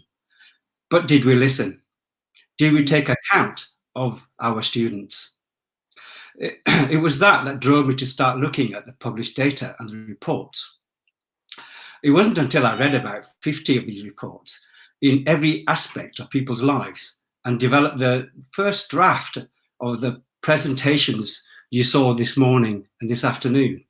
And that's where my colleagues and I really understood the true extent of the problem that we have in the UK. The data is shocking and it is depressing. The data shows that racism is systemic, and because it affects every stage and aspects of lives, we just get up, we work hard, we get more qualifications, we apply for more jobs. And for that, you saw this morning about equal pay. But the thing is, we see it in our, and that's the most shocking thing, is that even us professionals can see it in these experiences in our children. So, you know, you asked me what I thought. Well, it is depressing. And I'm sure all of you today and seeing the messages on the side of the screen, you will agree with me. I hear you, Janak. Is there any data focusing on teachers' perceptions that you would have liked to include within the remit of your study, all things being equal? We've heard a lot, and rightly so, from students' perceptions. but certainly in school sector, if there's any set of data that has pushed things forward, it's to look at the mismatch between what students are saying and what teachers are saying. So is there any data that you would have liked to have focused on in terms of teachers' perceptions? There are a few statistics that would, first of all, surprise me. And I suppose the first one was around the students who sort of looked at the let me think. The I suppose improvement of pre-primary, primary, and secondary school data, and then the sudden drop at post-16 was the one that surprised me the most.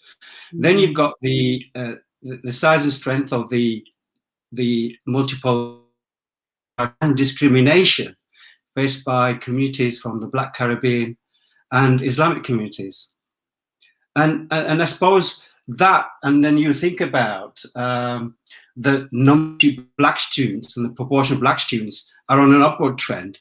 And at the same time, the proportion of Black staff, middle managers, and senior managers are going down, and that has a huge effect in terms of role models, succession planning, and what we're going to do in the future, and therefore it has an impact on leadership and where the sector's going.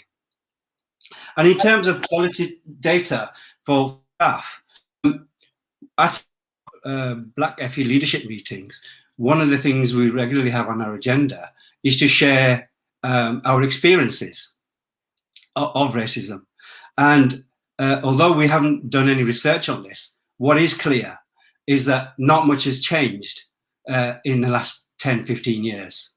And we still hear horror stories. And we would love to have some sort of research piece which looks at the experiences of Black staff. But the thing is, Rosemary, the Black Staff Commission many years ago did this research, but we didn't do enough about it.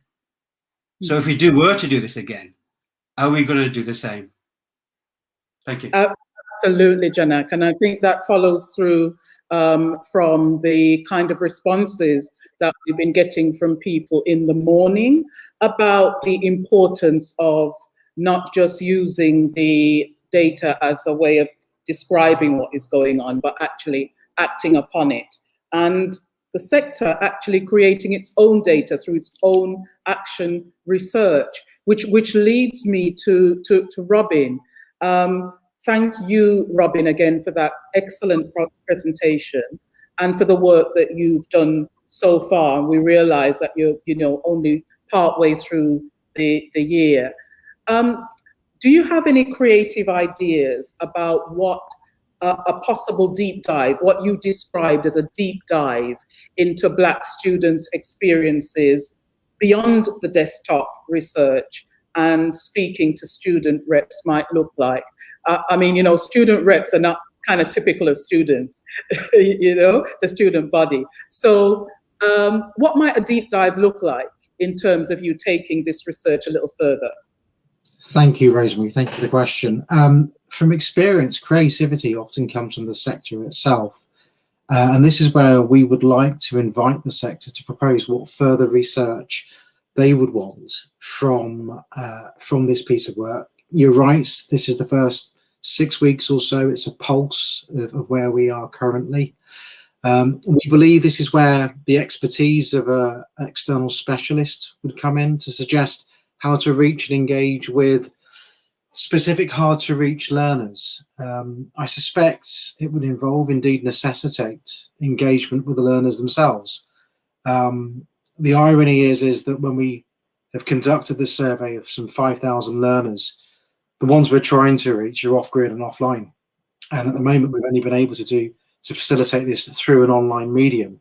So with colleges providers opening up on the 8th of March, that provides an opportunity to access more learners, and I think that's incredibly important. We know that 25% of Black, African and Caribbean learners didn't respond to the online survey at all, which is in itself speaks volumes. So, you know, we have to see whites of eyes and meet with learners in their environments, whether it's community centres, whether it's colleges, wherever they feel safe.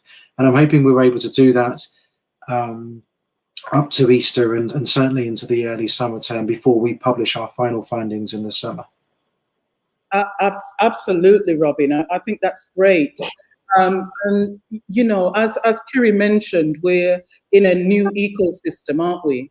Where learning is taking place all over the place, and not just within our colleges and places of learning. But I really want to stick with you, Robin, and ask, to what extent do you think you could begin to facilitate colleges doing their own research, colleges doing their own action research? Sure. Well, we have at JISC a number of communities of practice and communities of learning, and we use those channels in the first instance. Talking to the 5 providers, all very different, the 3 GFEs and the adult community colleges, it's very clear that they've already been capturing some of their insights to better understand their learner cohorts. When they were back in after the first lockdown in the autumn, you know, this ranged from questions from induction, student surveys, through to focus groups with certain groups of learners. We didn't really actually pick up any wider research that they were taking beyond their own organisations. And what's also apparent is much of the information that providers are able to secure are actually from the staff on the ground. You know, the staff that know their learners in the classrooms and in the workshops.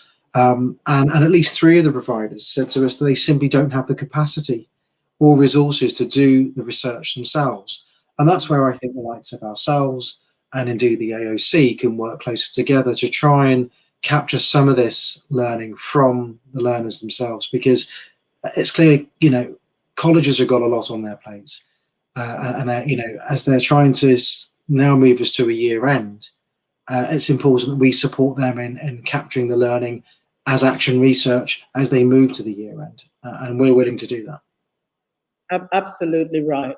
I think the quicker we can narrow the divide between the research and the practice, the better it will be. And if the sector itself is generating the research, as you say, with the capacity building and the support that they need to be able to do that, then we get into a situation like a kind of, you know, a system of colleges who are acting as teaching hospitals, or within the school sector as teaching schools, where they're generating the knowledge because they're closer to it. So I think that's really great, and it's really inspirational to think that that might be something that is an outcome of this conference and going forward. So thank you so much for that. Kiri, a question to you about the Google platform. Now, I got on the Google platform myself to have a look because I'd heard such good things about it, and it's really got some smashing features. What, if anything, is Google for Education planning to do differently for 21-22 going forward to further improve, and I know that you've done a lot already, further improve student access to the devices that they need and the Wi-Fi at home, especially with that hard to reach 11% that we earlier presenter talked about, who have no access to Wi-Fi at home at all? Thanks, Rosemary. Yeah, we're seeing more and more teachers globally use our technology to deliver learning, whether that be online or in the classroom. And over the past year, we've seen such a significant jump in the amount of people that are using the tools for that purpose. In fact, there's now 170 million students and teachers worldwide using our tools, which is incredible, and clearly largely driven by the fact that we're in the middle of a pandemic and schools across the world have needed a platform basically that's been easy for teachers to adopt, but also for students to access. Right now, our product teams are really focused on making these tools more accessible, taking into consideration that students, not just in the UK, as you've referred to, but across many parts of the world, don't have access to fast internet or internet at all. And last week we made some announcements around the improvements on Google Classroom specifically, and making that available offline, which you can actually already do in Google Drive, but also to be able to better access through mobile devices, because we're aware that actually in many parts of the world, including the UK, where there might not be a laptop device or a tablet, there may be a mobile device in the home that can then be used for learning. So that's something that we're driving through our products. In terms of what our local team are doing for the UK, we're really involved in the government programmes around supporting students with devices. So we've been working closely with the DFE and the devolved nations on their national device programmes to support disadvantaged students. People may or may not have heard of Chromebooks. They are a really affordable device. It means that essentially these types of programs or schools can obviously get kind of a lot more devices for their money when it comes to Chromebooks.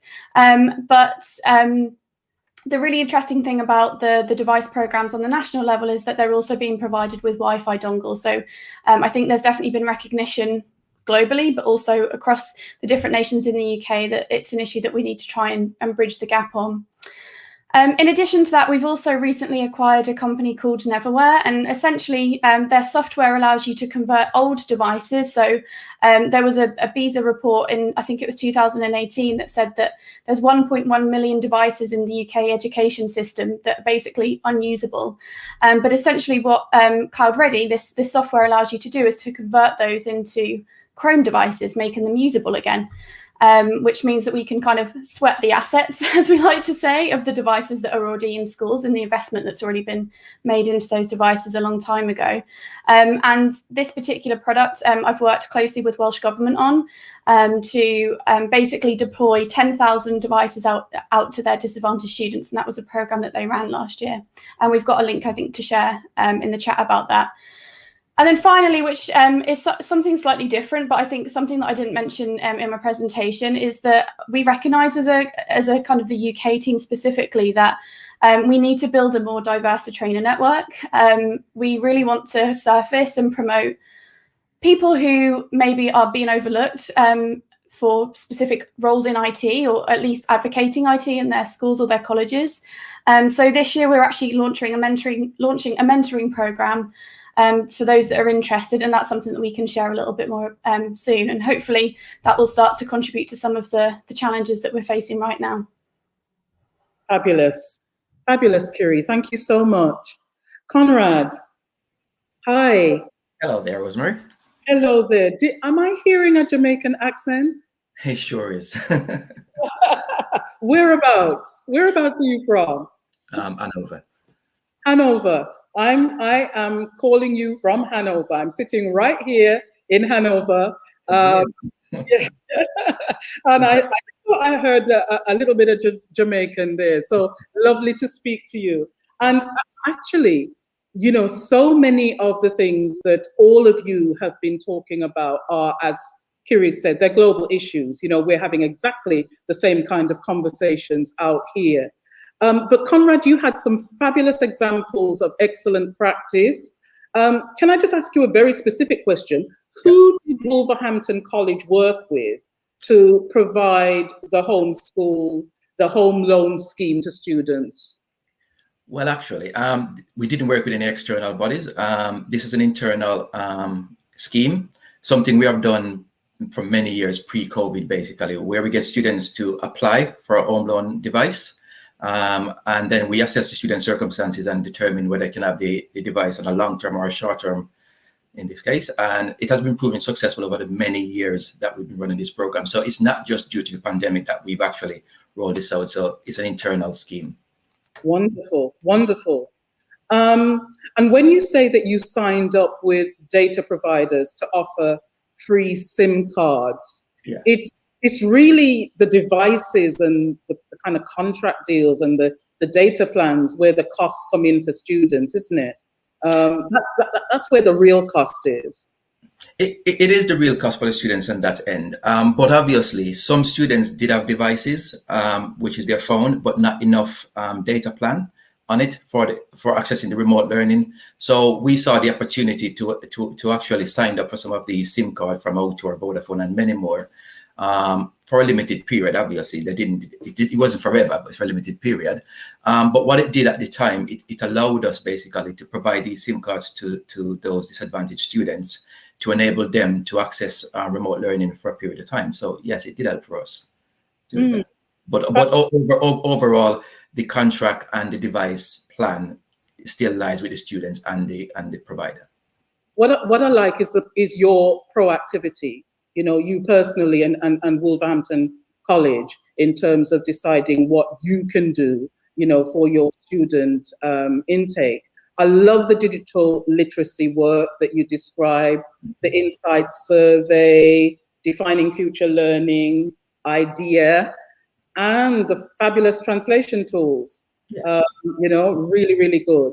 How are these very practical but effective initiatives being shared across the system and across the country?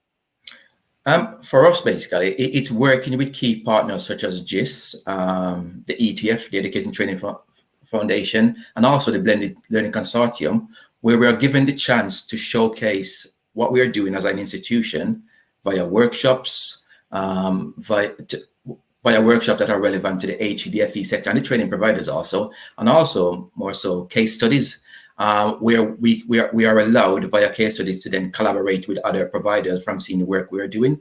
And my last case study with GIS, it actually got me collaborating with University of Auckland in New Zealand. So it does reach far afield, basically.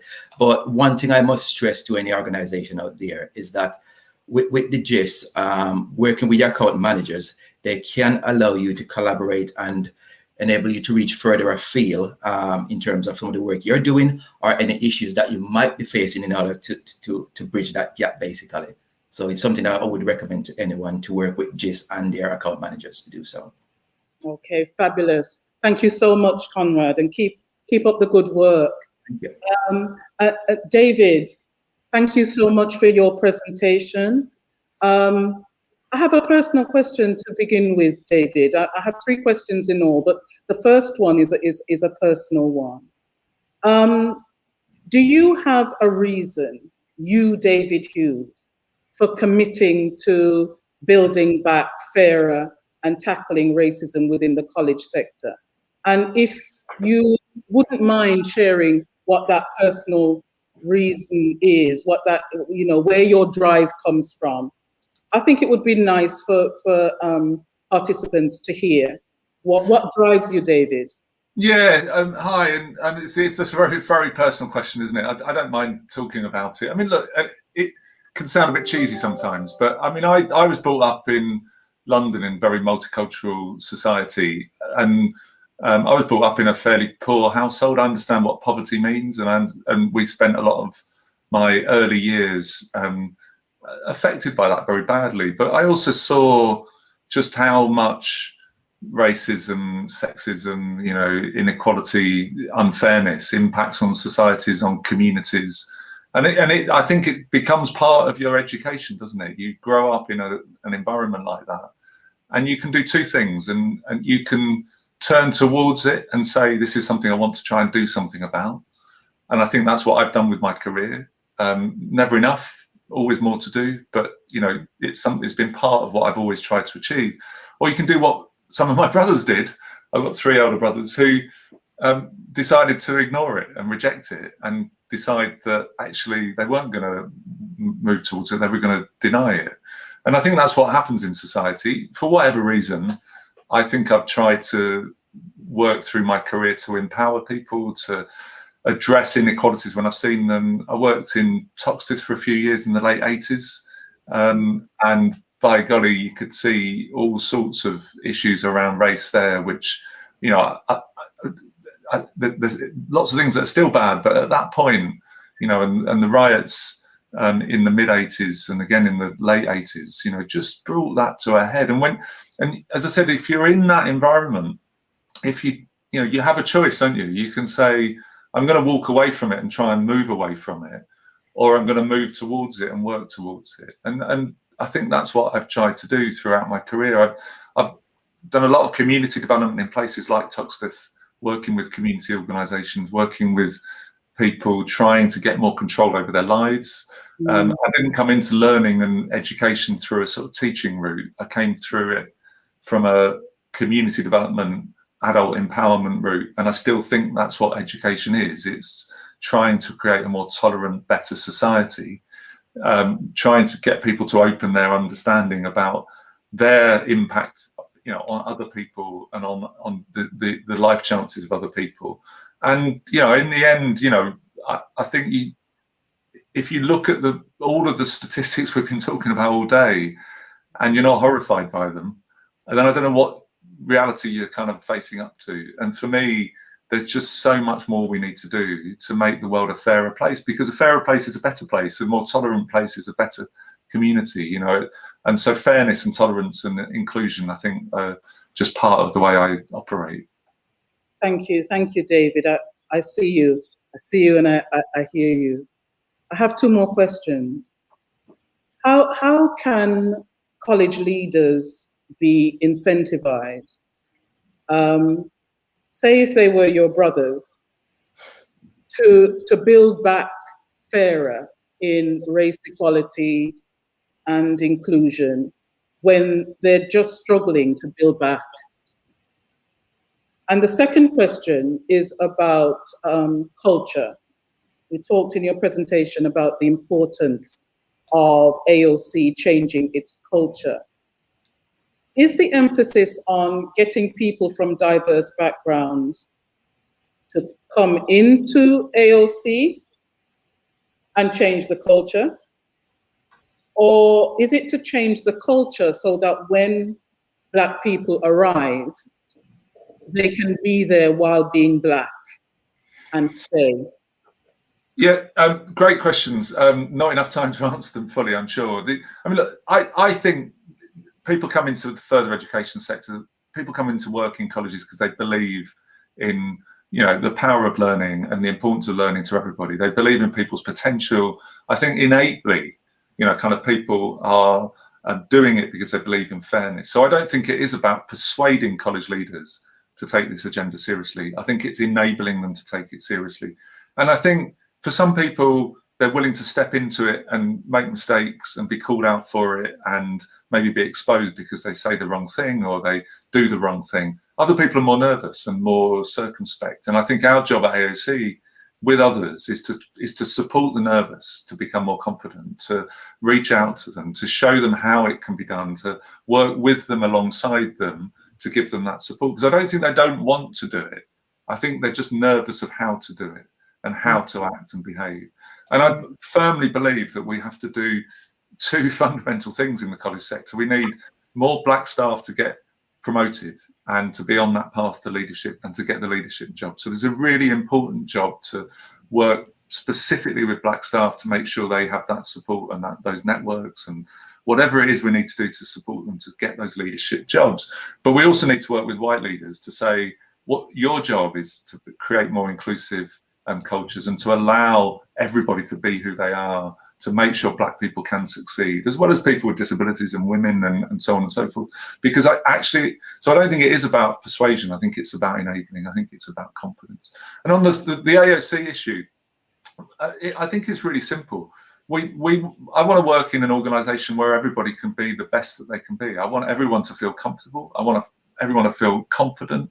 I want the sort of organisation which I think we're developing, where I've had a couple of Black staff in the last 6 months come to me personally to say, I'm really uncomfortable with something that's happened, something that's been said, me and challenge us on that.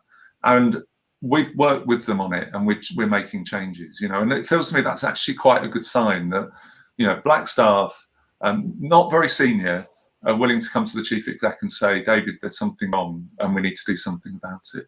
That's not the only measure by any means, but it seems to me that it's a really important part of the culture that you allow and enable and support people to challenge from their perspective. We did a lot of work with staff and have done over the last couple of years where, you know, they've been able to talk more about how it feels to be Black working at AOC, how it feels to be gay working at AOC, you know, and making that a conversation that everybody's not just willing to listen to, but actually wants to listen to, wants to understand, and wants to act on it. So the culture is everything.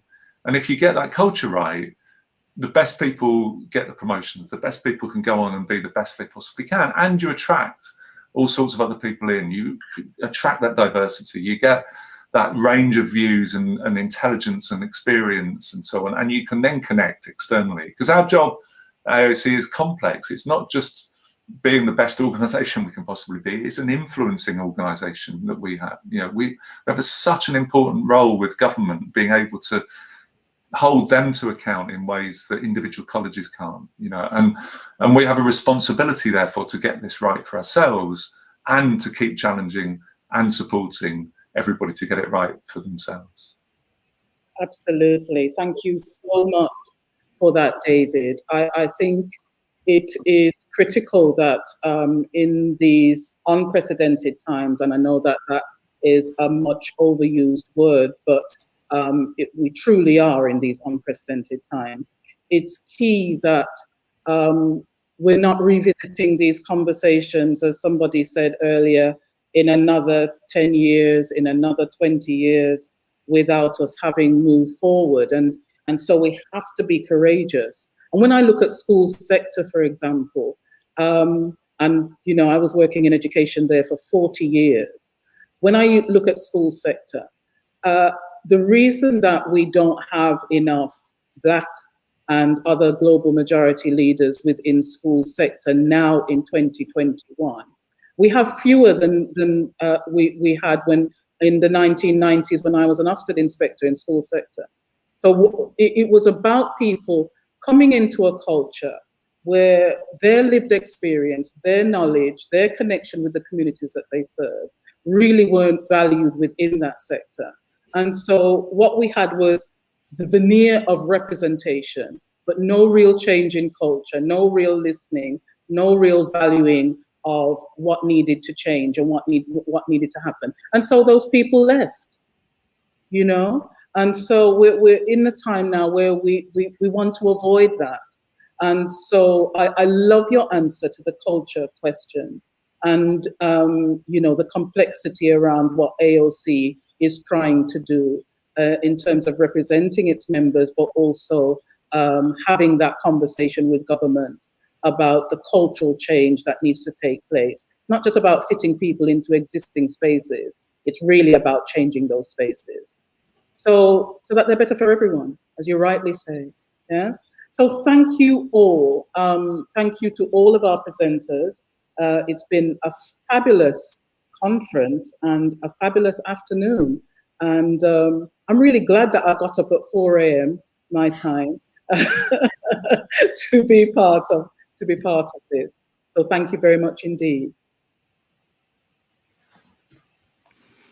A huge thank you to Rosemary for facilitating that panel, and a big thank you to all of the panelists for answering those questions. We are now pleased to welcome back Stella and Mbebu, who will leave you to consider how you can support making the most of an ethnically diverse Britain in further education.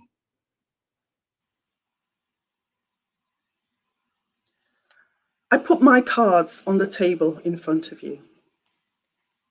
I do not mean to offend anyone. My intention is to provoke everyone, Black and white, to action.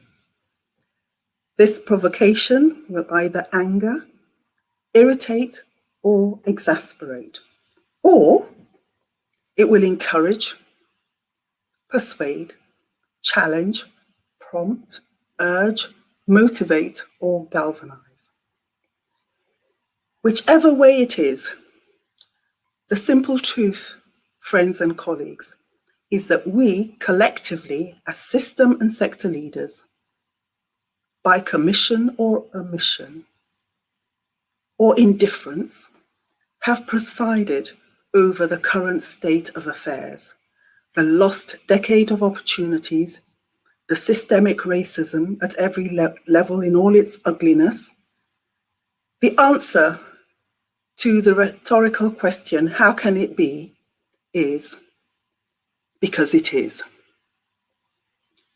I know that most people attending this conference are already committed to anti-racism, to racial justice, to making the most of an ethnically diverse Britain.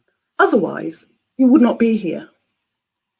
You would not have taken the time during these unprecedented, difficult times to join the conference. I know that all our speakers and presenters today are influential leaders and supporters of the work of the BFELG. Looking at the delegate list, I can see that some organizations are taking a seriously strategic approach by bringing whole teams to this conference. So I do not mean to offend. To everyone attending the conference today, we at the BFELG very much look forward to hearing about your progress and supporting you in any way we can. Supporters and colleagues, the truth is that individual and collective action must now go beyond kite marks, charters, and initiatives. Nothing less than systemic change can even begin to bring about the transformation required to make the most of an ethnically diverse Britain. So, now that the keynote presentations are done, the panelists and roundtables have debated the data and recommendations, the plenary has absorbed the key points, and all the questions have been skillfully posed and skillfully answered, and the solutions and ideas and actions duly defined and noted. Now that all of that is done, the real work of making the most of an ethnically diverse Britain begins or continues. It's the real work to make the personal and professional choices, to act, to do, to speak, to step forward, to act on the plethora of reports, the existing research and recommendations, the evidence before our very eyes, to put anti-racism at the heart of the FE system, to seek out the Black lens, the Black perspective, to reach out to friends and colleagues to say, please lend me your eyes. The work is to level up by taking action to reverse the data trends we all saw this morning and afternoon, to do the work to make the most of an ethnically diverse Britain, because it is the right thing to do. There's not just a moral case, there's a social case and a business case. To do the work required to build back with anti-racism at the heart and not as an afterthought. Because, hear me loud and clear, anti-racism benefits everyone. We must work together in partnership. The BFELG seeks to work in real partnerships and through strong allyships. We must together build lasting relationships. I love Edwin Markham's poem. He drew a circle to shut me out. We drew a circle that took him in.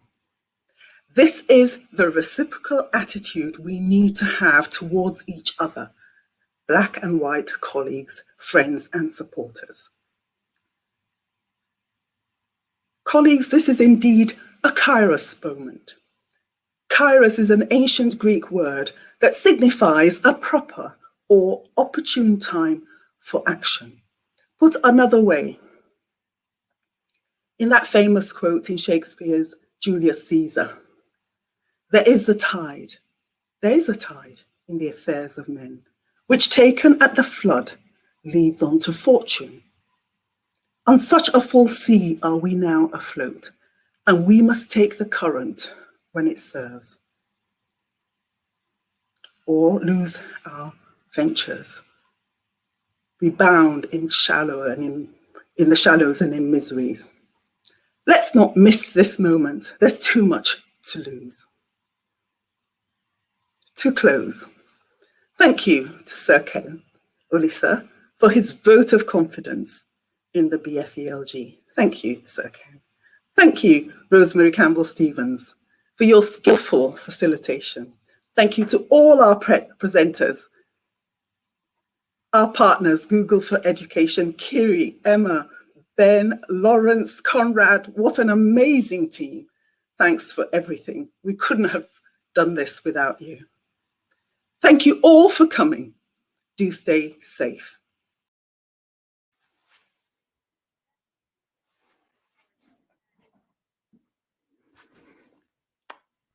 Thank you so much for joining us today. Apologies for that. So we thank you for joining us for this inaugural event, but we also hope that you will join us in the public launch of the Black Further Education Leadership Group Diagnostic Toolkit. This is taking place at 3:30 today, and the link to join via the YouTube stream will be posted in the chat. Simply follow the link that is posted in the comments, and you'll be able to join us as the toolkit provides a framework with which to move forward. So thank you again. Thank you to everyone who's contributed. We hope you have a great rest of the day and can join us at 3:30 for the launch of the toolkit.